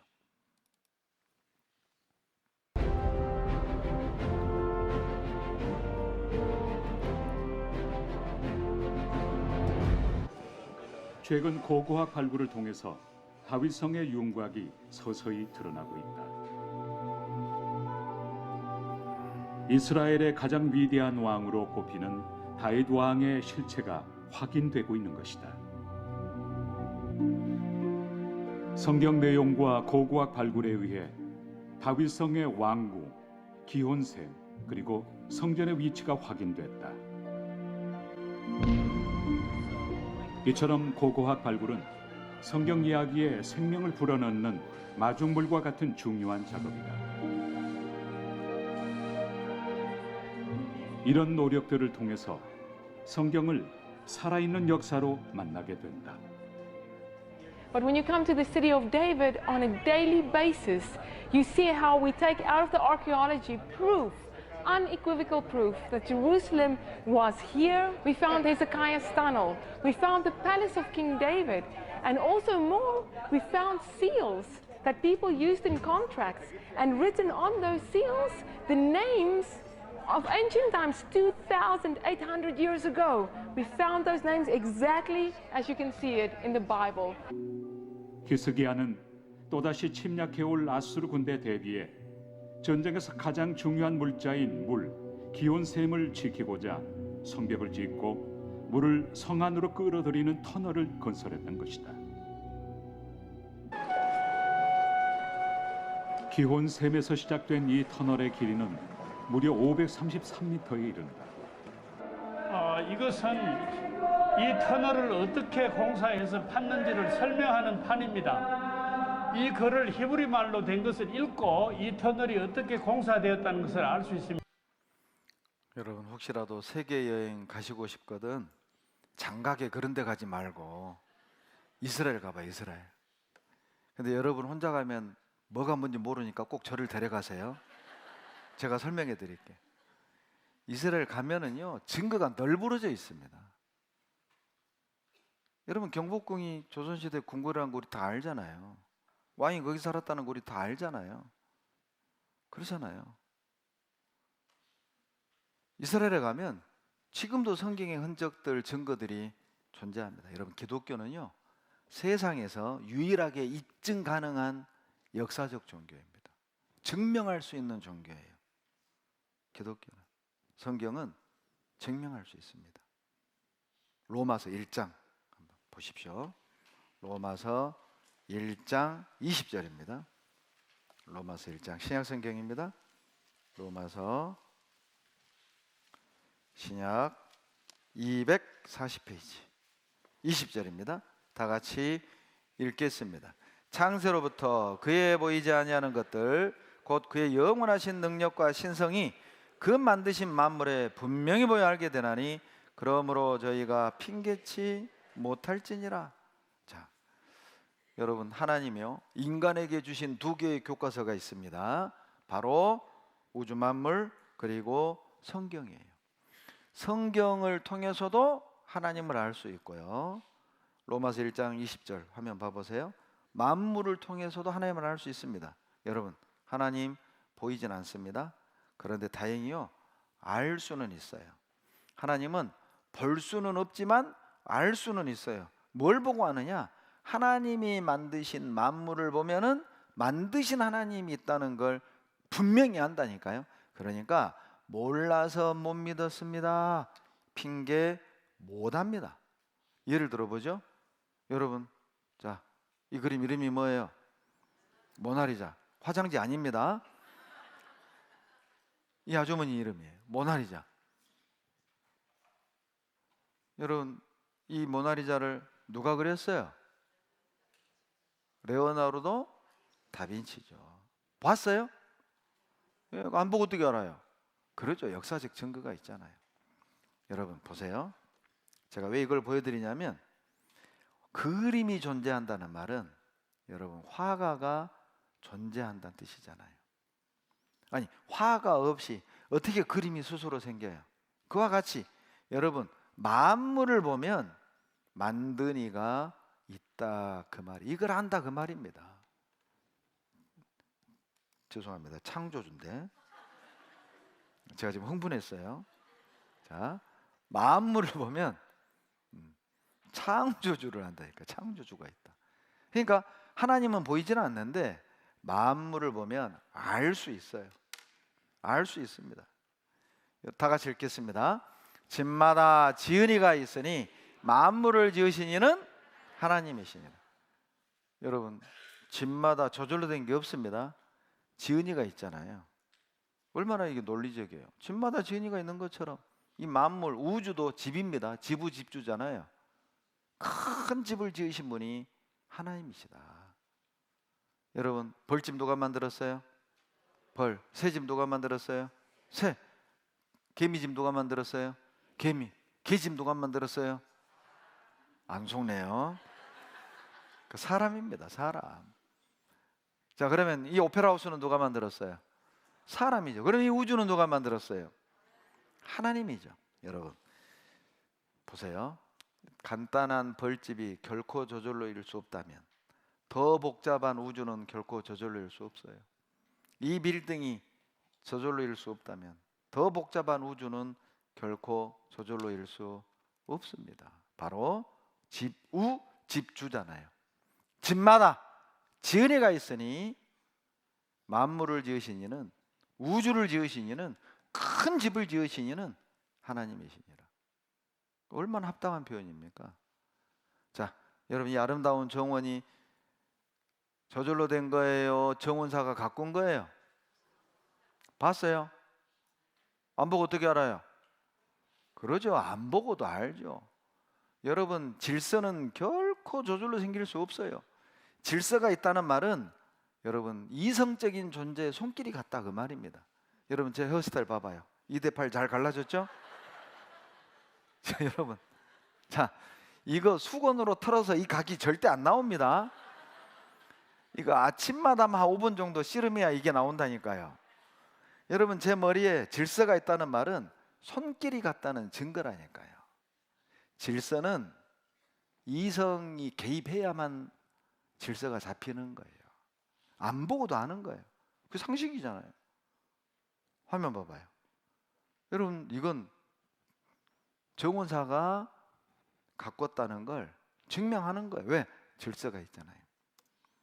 여러분, 저희가 섬기고 있는 평택교회입니다. 이게 본당이요 2,300평이고 요게 사택입니다. 7가구가 여기 살고 있어요. 요 꼭대기층, 여기가 내가 사는 집이네요. 예. 여러분, 2,300평짜리 이 건축, 이 건물 하나 세우는데도요 얼마나 복잡한 설계도가요. 지금 제 집무실에요 뭐 토목 설계도, 무슨 뭐 방송 설비, 뭐 통신, 이따만한 설계도가 3권이나 있다니까요. 봐도 몰라요. 저는 봐도 그냥 기념으로 갖고 있어요. 기념으로. 몰라요. 봐도. 이 2,300평짜리 건물 하나 세울 때도 이렇게 복잡한 설계도가 있다마는 3권이요. 설계도가 있다는 말은 설계자가 있다는 뜻이에요. 어떻게 이 설계도가 저절로입니까? 어떻게 이 건물이 저절로입니까? 안 봐도 예, 설계자가 있다. 설계도가 있다는 말은 설계자가 있다. 여러분, 사람도 설계도가 있습니다. 바로 DNA입니다. 뭐가 손이 되고, 뭐가 코가 되고, 뭐가 눈이 되고, 이게 다 설계되어 있다니까요. 우리 안에 설계도가 들어있다니까요. 설계도가 있다는 말은 설계자가 존재한다는 뜻이잖아요. 우연히 저절로 된 게 아니라니까요. 이거 봐봐요. 여러분, 자, 이 틀로 빵 찍으면 개빵 나와요? 붕어빵 나와요? 붕어빵 나와요. 자, 1억 년 뒤에 자, 이 틀로 빵 찍으면 붕어빵 나와요? 말빵 나와요? 붕어빵. 자, 10억 년 뒤에 이 틀로 빵 찍으면 붕어빵 나와요? 새빵 나와요? 계속 자신감이 떨어져요. 10억 년 뒤에는 나올 수도 있지 않아? 혹시 이렇게 생각하는 분 안 계시죠? 예, 10억 년 뒤에도 붕어빵이에요. 여러분, 1억 년이 지나도 10억 년이 지나도 100억 년이 지나도 자, 이 틀 바뀐다 안 바뀐다? 안 바뀐다. 바로 이 틀이 DNA입니다. 여러분, 사람 틀, 원숭이 틀이 아예 다르다니까요. DNA가 아예 달라요. 틀이 달라요. 어떻게 이 틀이 100억 년 지나면 원숭이가 돼요? 어떻게 이 틀이 100억 년 지나면 말이 되냐고. 그대로지. 상식 아니에요? 안 바뀐다니까요. 여러분, 콜린 패터슨이라는 진화론자가 한 말입니다. 나는 20년 이상 진화론의 증거를 찾고자 했지만 내가 찾은 것은 하나도 없었다. 많은 진화 생물학자들에게 증거를 제시해 보라고 했지만 그들도 할 수 없었다. 다 같이 읽습니다. 진화론은 과학적인 이론이 아니라 그것은 신념? 예, 신념이에요. 신념. 그냥 믿음의 믿음. 저절로 됐다고 믿는 거예요. 실험하고 검증할 수 있는 게 아니잖아요. 다 같이 읽겠습니다. 너희는 눈을 높이 들어 누가 이 모든 것을 창조하였나? 보라. 여러분, 눈을 높이 들어 잘 살펴보잖아요. 확인해 보잖아요. 그러면 알아요. 아, 창조하셨구나. 이 저절로가 아니라 우연히가 아니라 창조했구나 안다니까요. 어떻게 하면? 확인해 보면 여러분 철저하게 확인하다가 하나님을 믿게 된 학자를 한번 소개해 드릴게요. 바로 앤토니 폴루라는 사람입니다. 이분이 얼마나 천재냐면요, 27살에 1950년에 신학과 위증성이라는 책을 썼어요. 이 책은 무신론자들에게 교과서처럼 읽힙니다. 교회 다니는 사람도 이 책을 읽으면 교회를 떠났어요. 그렇게 책을 잘 쓴 거예요. 하나님 없다라는 책을. 27살의 말이에요. 여러분은 27살에 뭐 했냐고 물어보면 불편하니까 안 물어볼게요. 신학과 위증성이라는 무신론자들의 교과서를 썼습니다. 그런데 놀라운 변화입니다. 이분이요, 돌아가시기 10여 년 전에 하나님은 존재한다라는 책을 썼어요. 바로 이 책입니다. 보여드릴게요. There is God. 하나님은 존재한다. 책을 썼어요. 이게 이제 충격적인 일이 벌어진 거죠. 기자들이 때로 몰려가 물었습니다. 아니, 박사님은 평생 하나님이 없다라고 가르쳤는데 왜 이제 와서 하나님이 존재한다고 믿습니까? 이유를 두 가지 얘기했습니다. 우주의 완전한 복잡성 뒤에는 하나의 지성이 존재한다. 우주를 파고 공부하면 공부할수록 이건 우주 상수, 여러분 많은 상수들이 이미 값이 정해져 있잖아요. 중력 상수도 이미 값이 정해져 있습니다. 누가 정했냔 말이에요. 이 수많은 질서, 이 수많은 법칙들, 이게 어떻게 우연이냐? 법칙이. 신은 존재한다. 또 하나의 이유, 우주보다 더 복잡한 생물체의 완전한 복잡성 뒤에 지적인 존재가 존재한다. 여러분, 이 책을 어렵게 한 권밖에 없는 책을 구했습니다. 이 책에요, 재밌는 내용이 나와요. 바로 휴가 시나리오라는 게 나와요. 휴가 시나리오가 뭐냐면, 제가 휴가를 갔어요. 먼 도시에 휴가를 가서 호텔에 딱 문 열고 들어갔는데 웬걸? 내가 좋아하는 실내화, 내가 좋아하는 벽지, 내가 좋아하는 커튼, 내가 좋아하는 침대, 내가 좋아하는 커버, 내가 좋아하는 이불, 내가 좋아하는 과자, 내가 좋아하는 음료수, 내가 좋아하는 잡지책, 내가 좋아하는 TV 채널, 화장실에 갔더니 내가 좋아하는 샴푸, 내가 좋아하는 린스, 내가 좋아하는 비누, 모든 게 내가 좋아하는 것들로 다 세팅되어 있는 거예요. 자, 이걸 근거로 추론해낼 수 있는 게 뭐예요? 대답해봐요. 에? 여러분 추론해봐요. 웅성웅성 하지 말고 내가 알아듣기 쉽게 얘기를 해봐요. 자, 이 모든 것들로 추론할 수 있는 건 뭐예요? 내가 올 줄 알았다. 이게 바로 휴가 시나리오입니다. 이게 뭘 의미하냐면, 우주를 살필수록 우주는 인간이 올 줄 알고 있었다. 왜요? 인간이 이 세상에 존재하려면 20만 가지 조건을 동시에 충족해야 해요. 다 있는데 산소가 없다. 살아요, 못 살아요? 다 있는데 해가 없다. 살아요, 못 살아요? 다 있는데 물이 없다. 살아요, 못 살아요? 이게 동시에 다 존재해야 해요. 그러니까 뭐예요? 인간을 위해 세팅된 거다. 여러분, 누가 내 신발을 한 번 밟았어요. 이건 우연입니다. 근데 누가 내 발을 20만 번 밟았어요. 눈 감고 있는 분들은 안 웃어. 눈 뜬 분들만 웃어. 눈 뜬 분들만 웃어. 웃어주신 분들만 오래오래 사세요. 누가 내 발을 20만 번 밟았다. 자, 이거 실수예요, 의도된 거예요? 의도한 거예요. 인간이 살아가는데 20만 가지 조건이 필요하다? 우연이 아니라 이거 의도된 거다. 의도된 거다. 그 말입니다. 그래서 이렇게 말합니다. 이거 중앙일보죠? 생명체의 복잡성, 진화론으로는 설명 못 한다니까요. 미국에서는 지금 진화론이 서서히 깨지고 있습니다. 근거 잃어버린 진화론. 현존 생물 중 90% 같은 시기 나타났어요. DNA 분석으로. 같은 때 나타났어요. 진화론에는 진화가 없습니다. 증거가 없다 그 말입니다.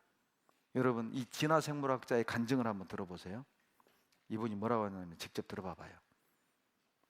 여기 왜 있는가? 인류는 여기 왜 있는가? 이거에 대해서 혹시 답을 찾으셨나? 못 찾았습니다. 저는 삶의 목적이 없습니다. 우리 진화생물학자들에게는 삶의 의미가 사실상 없어요. 유전자의 활동으로 그냥 벌어지는 일이지, 그러나 삶의 목적을 또렷하게 갖고 계시는 분들을 보고 삽니다. 독실한 기독교인과 결혼을 해서 지금 몇십 년 동안 교회를 다닙니다. 정말 진지하게 이 세계는 뭘까 하는 거를 저는 사실은 공부하거든요. 설교 들으면서 열심히 성역책도 뒤적거리고 보면 그분들은 너무너무 힘든 상황인데도 하느님을 붙들고 때로는 너무 행복해 보이는 그런 모습을 가끔 보면은 저건 뭐지? 이러면서도 종종 감동을 받죠. 그걸 과학자의 관점에서 일축해버리는 거는 그렇게 바람직한 태도는 아닐 것 같다. 최재천 박사가 한 말입니다. 이 사람 진화론자거든요. 이 진화론자들은 인생이 별거 없다는 겁니다. 그냥 유전자 활동일 뿐이에요. 목적이 없다는 거죠. 근데 신기한 거는 우리 주변에 나보다 못 배웠고 나보다 가난하고 못을병에 걸려서 죽어가는데도 행복해, 평안해. 이걸 어떻게 설명할 거냐 이거를. 근데 이거를 과학자적 관점에서 덮어버리고 별거 아니야라고 일축하기에는 이건 무책임한 거다.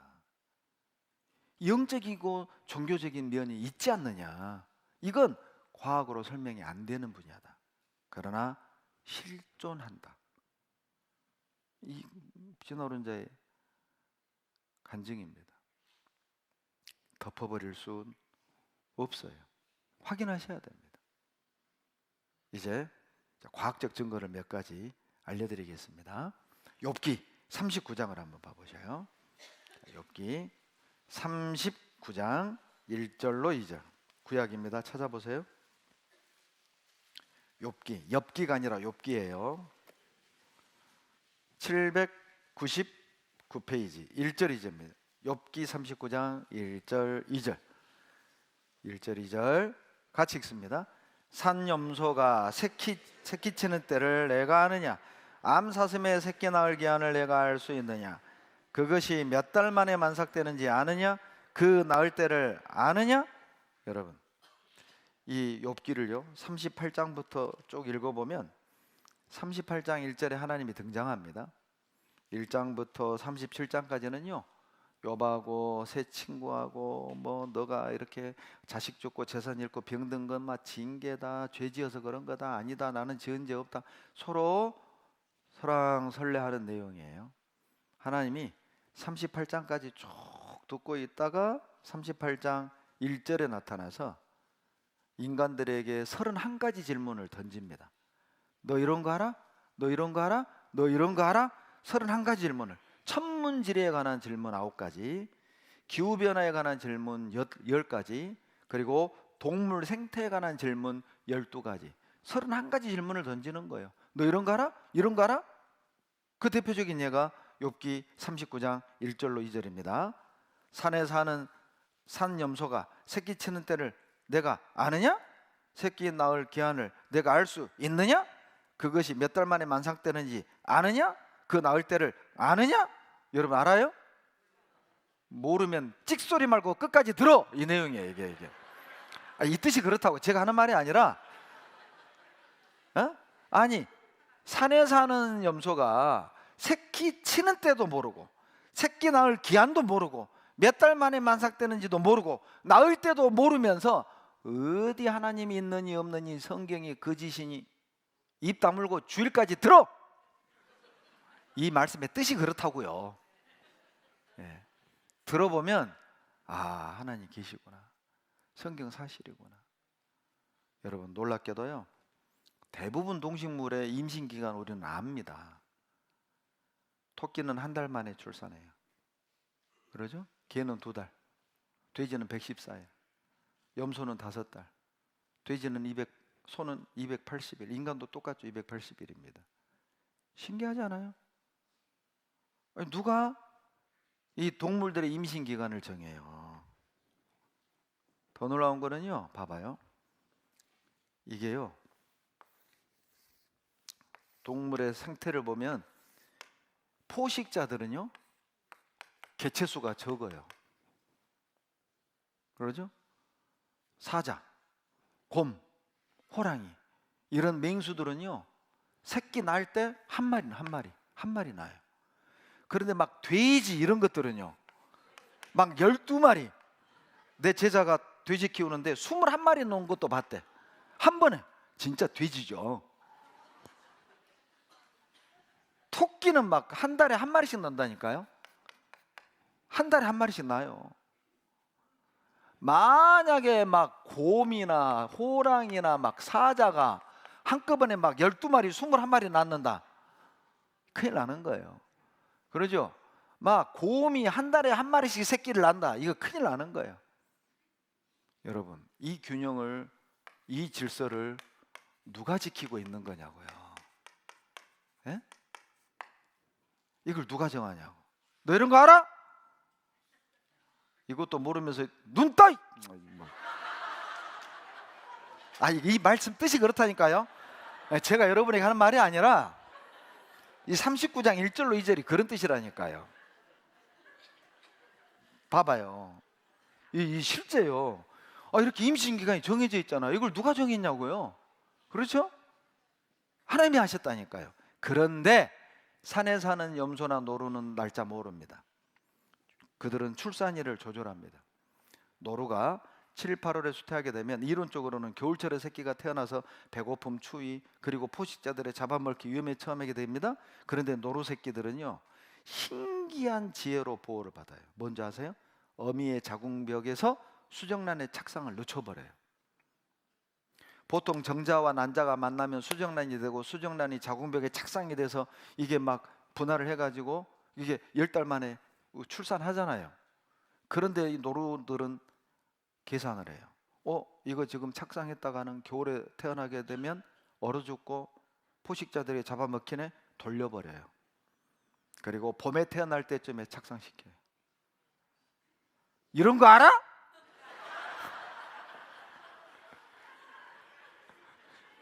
이게 그 뜻이라니까요. 그러니까 눈 떠! 막 이런 말이라니까 이게. 이런 것도 모르면서 어디 월요일만 들어! 주일까지 다 들어! 욥기 39장 1절로 2절이 그런 뜻이라고요. 인간은 이런 능력 없습니다. 봐보세요. 여기 보면 어미의 자궁벽에서 수정란의 착상이 늦춰지고 태아는 12월이 되어야 자라기 시작합니다. 이렇게 해서 노루새끼는 임신 9개월 후인 5월에 태어나게 되어 숲이 무성해져 먹을 것이 많고 은시초도 있고 포식자들도 덜 굶주린 상태가 되는 거예요. 암사슴의 새끼 낳을 기한을 내가 알 수 있느냐? 그것이 몇 달 만에 만삭되는지 아느냐? 그 낳을 때를 아느냐? 놀랍지 않아요? 사람은 이런 능력 없습니다. 여러분, 제 큰애 생일이 6월 9일이에요. 둘째를 또 3년 만에 가졌는데 의사가 예정일이 또 6월이라네? 큰놈이 6월 9일인데? 그래서 제가 우리 아내에게 여보 6월 9일 날 나 생일 한 번에 끝내게. 그런데 둘째는 6일 뒤에 태어났어요. 6월 15일이에요. 인간은 그런 능력 없습니다. 이거 보시면요. 자, 봐봐요. 방금 읽은 욥기 39장 1절로 2절은 BC 1500년경 기록입니다. 그런데 과학자들이 언제 밝혀냈느냐? 2013년도에 출산일을 정확히 알 수 있는 연구 결과가 발표된 거예요. 놀랍지 않아요? 욥기 36장 30절로 31절 찾아봅시다. 바로 앞에 있습니다. 36장 30절로 31절 다 같이 읽습니다. 그가 번개빛으로 자기의 사면에 두르시며 바다 밑도 가려우시며 이런 것들로 만민을 징벌하시며 이런 것들로 식물을 풍비히 주시느니라. 화면 봐보세요. 여러분, 하나님이요 번개로 하는 일이 두 가지입니다. 만민을 징벌하는 일을 하고요 식물을 풍비히 준대요. 여러분, 이 식물이요 이렇게 나무, 풀 그런 플랜트 식물이 아닙니다. 푸드예요. 영어 번역에 먹을거리를 많이 준다. 아니 여러분, 번개로 천벌 주는 건 알겠어요? 그런데 번개가 치면 음식이 많아져요? 이게 이해가 돼요? 그리고 아니 성경에 왜 이런 게 들어가냐고. 죄 짓지 마라, 착하게 살아라, 교회 잘 다녀라, 뭐 이러면 되지. 이런 과학적인 내용이 왜 들어가냐고. 아니, 노르 임신하는 기간을 알아서 뭐하게. 그런 게 왜 들어가냐고. 만드신 분만 아는 내용이다 그 말이에요. 그래서 성경은 하나님 말씀이다 그 말이에요. 이거 봐봐요. 놀라운 겁니다. 95년 번개는 생명의 최대 질소원이라는 게 밝혀졌습니다.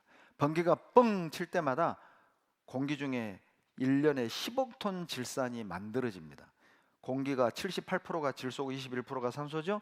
번개가 뻥 치잖아요. 일산화질소. 번개가 뻥 치잖아요. 이산화질소. 그리고 비에 녹아서 질산이 이 땅에 내려요. 그러니까 비견 뒤에 식물들이 파릇파릇하고 웃자라는 거예요. 왜? 비료 준 겁니다. 여러분 시골의 논이나 밭은 농사꾼들이 비료를 주니까 잘 자라요. 작물이. 그런데 산에 들에 풀 나무는 누가 비료를 주는 겁니까? 하나님. 이것 때문에 구원받은 분이 계셔요. 참 무등산 깊은 계곡에 살던 이 자매가요, 어렸을 때 항상 궁금했대. 우리 밭에는 엄마 아빠가 비료를 줬는데 저 무등산에는 누가 비료를 줘서 나무들이 저렇게 울창할까? 늘 궁금했대. 그리고 읍내로 이제 성장해서 읍내로 학교를 나오고 그리고 말씀을 듣고 구원을 받은 거예요. 이거 보고 하나님이 비료를 줬구나. 하나님이. 이거 보셔요. 번개 잦으면 농작물 20% 증수합니다. 천둥 번개가 잦으면 뭐라고요? 예, 식물이 풍부해지잖아요. 여러분 욥기 36장은 BC 1500년 기록입니다. 그런데요, 번개가 칠 때마다 농작물 증수한다는 건 1995년 과학자들이 밝혀낸 거예요. 과학자들이 밝혀내기 3500년 전 기록됐습니다. 그래서요, 욥기를 연구하는 과학자들이 따로 있어요. 제 서재에 있습니다. 위대한 과학서 욥기. 욥기를 연구하는 과학자들이 있다니까요. 어떻게 이럴 수 있습니까? 단순한 종교 경전이 아니다. 레위기 11장 6절 다 같이 읽습니다. 토끼도 색임질은 하되 굽이 갈라지지 아니하였으므로 너희에게 부정하고. 여러분 색임질하는 짐승 뭐예요? 소. 토끼 색임질하는 거 아셨어요? 저 시골에서 토끼 키워봤거든요. 저희 어렸을 때는요, 집집마다 다 소, 돼지, 염소, 닭, 오리, 그리고 토끼. 왜냐하면 음식이니까, 농사지어야 되니까. 말 있으면 부자였어요. 우리 시골에서 말은 부자가 가지고 있었어요. 저도 토끼 키워봤거든요.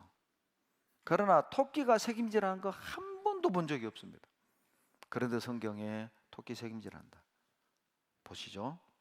언제 밝혀졌느냐? 토끼가 색임질한다는 것이 1882년에 밝혀진 거예요. 색임질에 대한 과학적 정의, 곧 시코트로프의 작용을 밝힘으로 뭐예요? 증명됐어요. 위 안에 있는 시코트로프를 소는요, 위 밖으로 이렇게 위쪽으로 빼서 씹어서 다시 넣어요. 이게 색임질이에요. 토끼는 위 안에 있는 시코트로프를 뒤로 빼서 다시 먹어요. 이것도 색임질이에요. 위 안에 있는 시코트로프를 위 바깥으로 뺐다가 다시 먹는 걸 색임질이라고 하는 거예요. 소는 위쪽으로, 토끼는 변으로. 이게 색임질입니다. 보세요. 첫 번째 똥은 진득한 액체가 쌓여 있습니다. 여기에는 단백질과 비타민이 풍부합니다. 토끼는 이것을 먹어 비타민 따위를 취한 다음 흔히 볼 수 있는 동글동글하고 굳은 똥을 눕니다. 새벽에 이 촉촉한 똥을 싸서 다 먹습니다. 이거 못 먹으면 죽어요. 그리고 우리가 흔히 보는 딱딱한 똥을 낮에 싸는 거예요.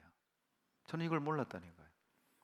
여러분 이분이요, 슈퍼마켓 아줌마처럼 생겼죠? 중국의 유명한 동물학자입니다. 제가 이분을 새벽 3시까지 상담하고 구원을 받았어요. 이분이 하나님을 믿게 된 구절이 레위기 11장 6절. 토끼가 색임질하는 거예요. 그 구절을 보여줬더니요, 무릎을 탁 치는 거예요. 왜 그러냐고. 이분이 대학 다닐 때요, 중국 한족입니다. 중국 사람입니다. 중국이 가난해서 먹을 게 없었는데 중국 정부에서 전국의 토끼를, 전 세계 토끼 사다가 식량화 시키라는 프로젝트를 맡겼대. 주임 교수가, 자, 너가, 이 자매가 쪼이나 스메이라고 하는 쪼이나 자매인데 너가 해봐라. 이분이 청소하기 좋게 토끼장을 새 장처럼 만든 거예요. 그리고 토끼가 오줌똥을 쏘면은 밑으로 툭 떨어지고 요것만 탁 빼서 청소하기 좋게 만든 거예요. 이렇게 한 달이 지나면 토끼가 시름시름 앓다가 죽어나가요. 또 새로 넣어놓으면 또 시름시름 앓다가 죽어나가요. 또 넣어놓으면 또 시름시름 앓다가 죽어가요. 4달 만에 프로젝트 끝. 연구 결과가 뭐냐? 토끼는 성질이 사나워서 키우기 힘들다. 그리고 이 성경 보고요, 내가 죽였네요. 그리고 구원받았어요. 구원받고 지금 중국의 어떤 교회 어머니 회장하고 있습니다. 이분 남편이요, 중국의 큰 동물원 원장이에요. 이분도 동물학자고 남편도 동물학자예요. 그래서 구원받고 고맙다고 동물원 구경시켜 주겠대요. 갔어요. 갔는데요, 와, 얼마나 규모가 크던지. 우리 에버랜드 그 사파리 있죠? 우리나라도 에버랜드 사파리, 그건 초파리. 중국 어마어마합니다.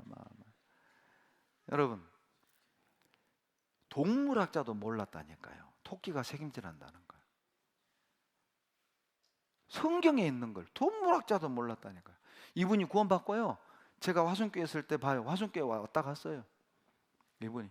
그리고 얼마나 막 하나님께 감사해가지고 차량 봉사한다고 내년에 목사님 오시면 제가 모시고 신방 다닐래요 하고 제가 들어가기 하루 전에 차를 뽑았어. BMW를. 야, 참 중국은 사이즈가 좀 달라요. 차량 봉사도 우리는 스타렉스인데 BMW로. 이거 봐봐요.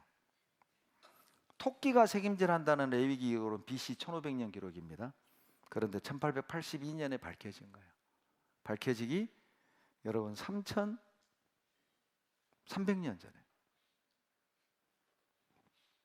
미리 써놨잖아요. 더 놀라운 건 창세기 17장 12절, 대대로 남자는 집에서 난 자나 혹 너희 자손이 아니요 이방 사람에게서 돈으로 산 자를 물어나고 난 지 며칠 만에 8일 만에 뭘 하라? 할례를 받을 것이라. 남자만 하는 수술, 바로 포경수술이죠. 포경수술, 할례 말례 해서 할례래요. 웃자고 한 얘기입니다. 그런 뜻 아니에요. 여러분, 여기 아들 키워보신 어머니들 얘기해봐요. 남자들 하는 그 할례, 그 수술 언제 하는 게 제일 좋아요? 몰랐잖아요. 몰라. 예, 아들 둘이나 켜놓고도 몰라. 그런데 성경은 8일이랍니다. 이유가 있습니다. 놀라운 사실입니다. 이거 보세요. 미국의 아주 권위 있는 의학협회지가 스칸질로라는 의학협회지가 있습니다. 거기에 발표된 내용입니다. 혈액응고 단백질 8일째 최고 수치가 된다. 여러분, 과거에는 약이 많지 않았잖아요.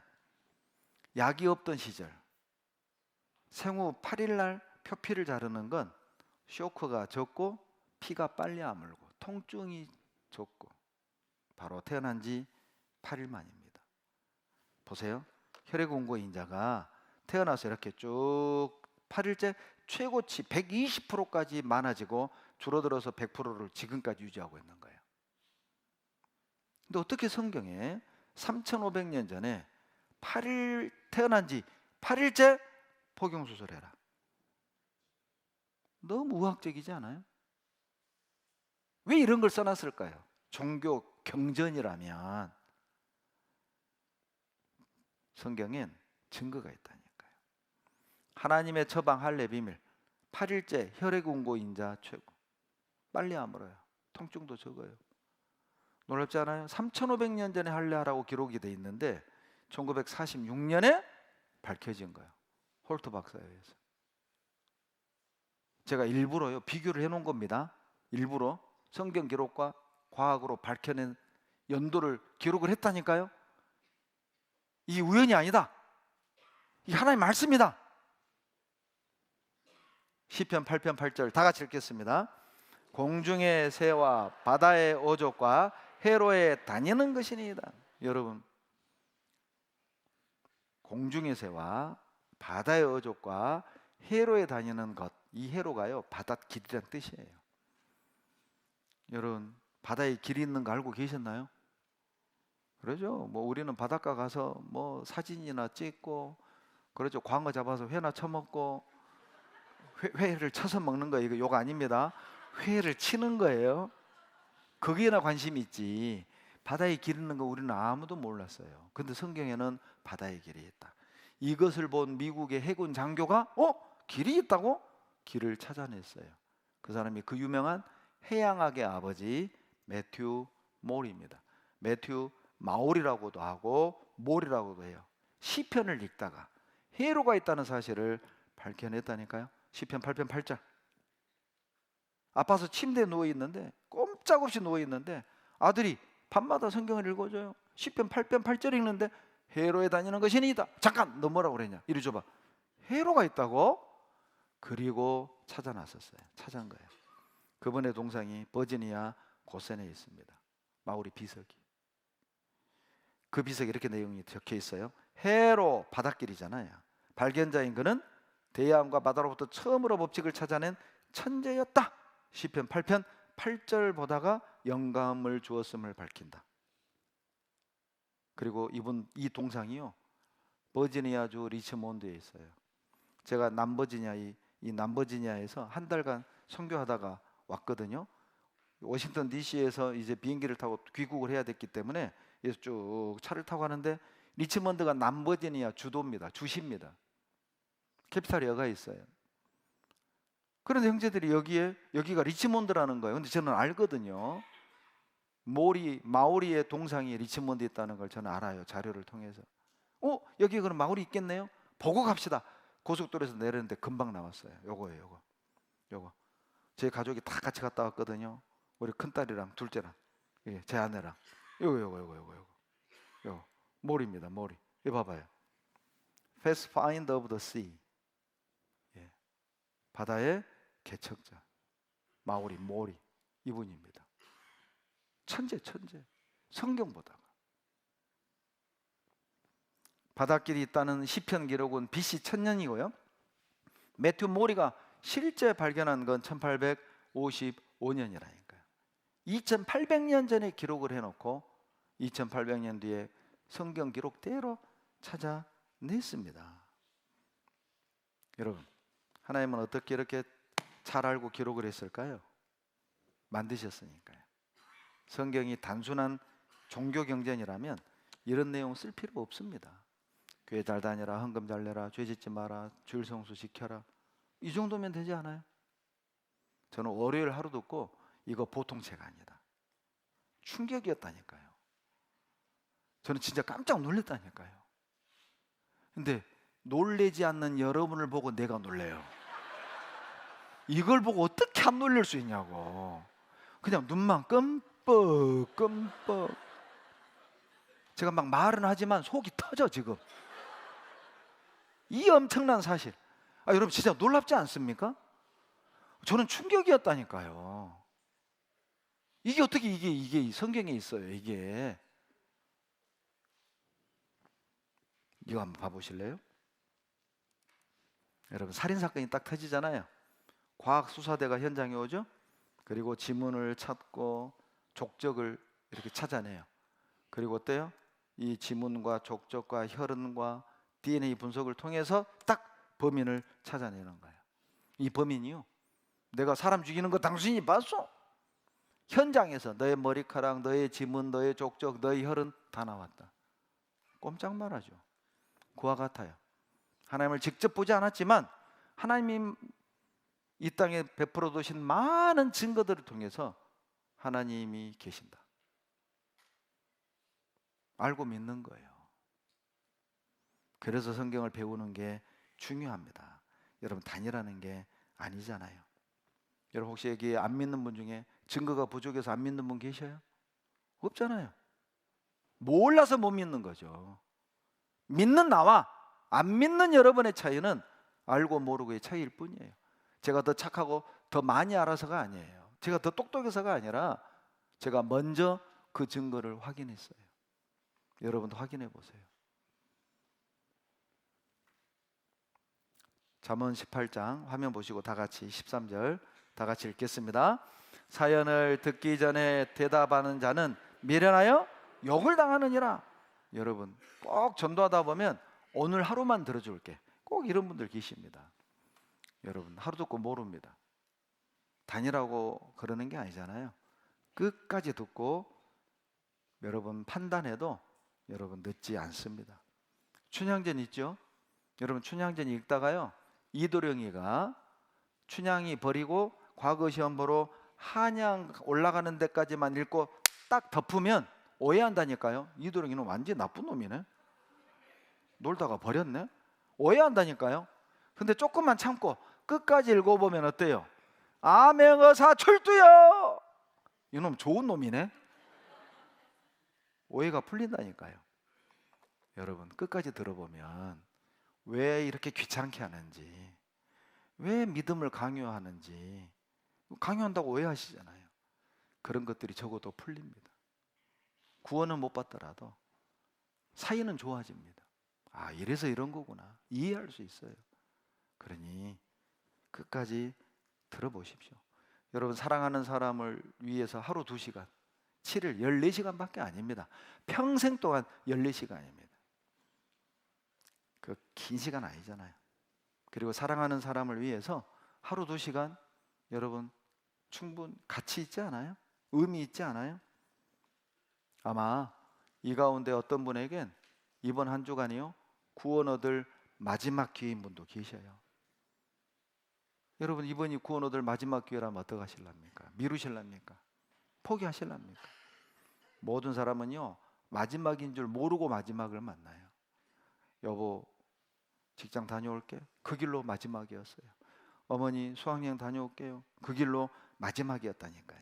우리는 마지막인 줄 모르고 마지막을 만납니다. 그래서 히브리서 3장 15절에 다 같이 읽겠습니다. 성경에 일렀으되 오늘날 너희가 그의 음성을 듣거든 노하심을 격동할 때와 같이 너희 마음을 강팍해 하지 말라 하였으니, 강팍해 하지 말라, 쉬운 번역에 못된 고집 부리지 마라, 이게 다른 번역입니다. 여러분 고집 피우지 마십시오. 옆에 있는 인도한 사람을 이겨먹을 수는 있어요. 그러나 우리 하나님 못 이깁니다. 나를 심판할 분은 하나님이에요. 하나님 못 이겨요. 그러니 끝까지 들어보고 판단하시자는 거예요. 인천공항에 장난 전화가 왔어요. 내가 폭탄물 설치했어. 여러분 무시해버립니까? 아니면 세밀히 조사해봅니까? 그러죠. 비행기 스탑! 철저하게 조사하고 폭탄 없다. 그때 비행기 떠. 여러분 오늘 내용만으로도 이거 그냥 넘길 수 있는 내용 아니잖아요. 오늘 내용만으로도 이거 한번 철저하게 들어볼 필요가 충분하잖아요. 그러니 들어보십시오. 세상에서 제일 불쌍한 사람이 어떤 사람인 줄 아세요? 사업에 망한 사람, 그리고 사랑하는 사람에게 배신당한 사람 아닙니다. 갈 곳 없는 사람입니다. 돌아갈 집이 없는 사람, 그 사람이 제일 불쌍한 사람이에요. 이 아이 보세요. 얼마나 불쌍해요. 엄마가 없어, 엄마가. 그러니까 엄마를 그려놓고 그 속에 탁 누워있는 거 봐요. 이 아이에게 사탕 줘봐야, 사탕 녹으면 그때 또 엄마, 장난감 줘봐야 또 실증 나면 엄마. 이 아이의 울음을 그칠 수 있는 것은 엄마를 만나게 해주는 것 말고는 없어요. 여러분 우리 인간이요 예수님 품에 딱 안길 때 비로소 가진 것도 없고 잘난 것도 없어도 마음의 평안이 이루어져요. 안식이 이루어집니다. 우리 들어봅시다. 끝까지. 시간은 빨리 지나갑니다. 이렇게 한번 봐보십시오. 이 시계추가 막 지나가는 사이에 사춘기에서 청년기, 결혼하고 아빠가 되고 할아버지가 되고, 그리고 사랑하는 사람과 사별을 하고 나도 갑니다. 그 내용이에요. 봐보세요. 우리 모습 아닐까요? 시간은 흘러갑니다. 아주 빠르게 흘러가고 있습니다. 그 속에서 우리는 무엇을 얻었습니까? 어디로 가고 있습니까? 여러분 제가 종교적인 얘기하는 거 아니잖아요. 우리 모두가 가야 될 길입니다. 준비는 하고 알고는 가야 되지 않겠습니까? 여러분 너무 잘 들어서 일찍 끝낼랍니다. 그냥 할 얘기 더 있는데 그냥 끝낼랍니다. 너무 잘 들어서. 저 착하죠? 내일 또 오실 거죠? 기도하겠습니다. 살아계신 하나님 감사합니다. 인생에 대해서, 삶의 목적에 대해서, 진리에 대해서 생각할 수 있는 기회 주시니 감사합니다. 하나님, 포기하지 않고 끝까지 듣고 답을 얻고 길을 찾게 도와주시옵소서. 우리를 사랑하시는 예수님 이름으로 감사하며 기도드렸습니다. 아멘. 수고하셨습니다. 내일 뵙겠습니다. 안녕히 계십시오.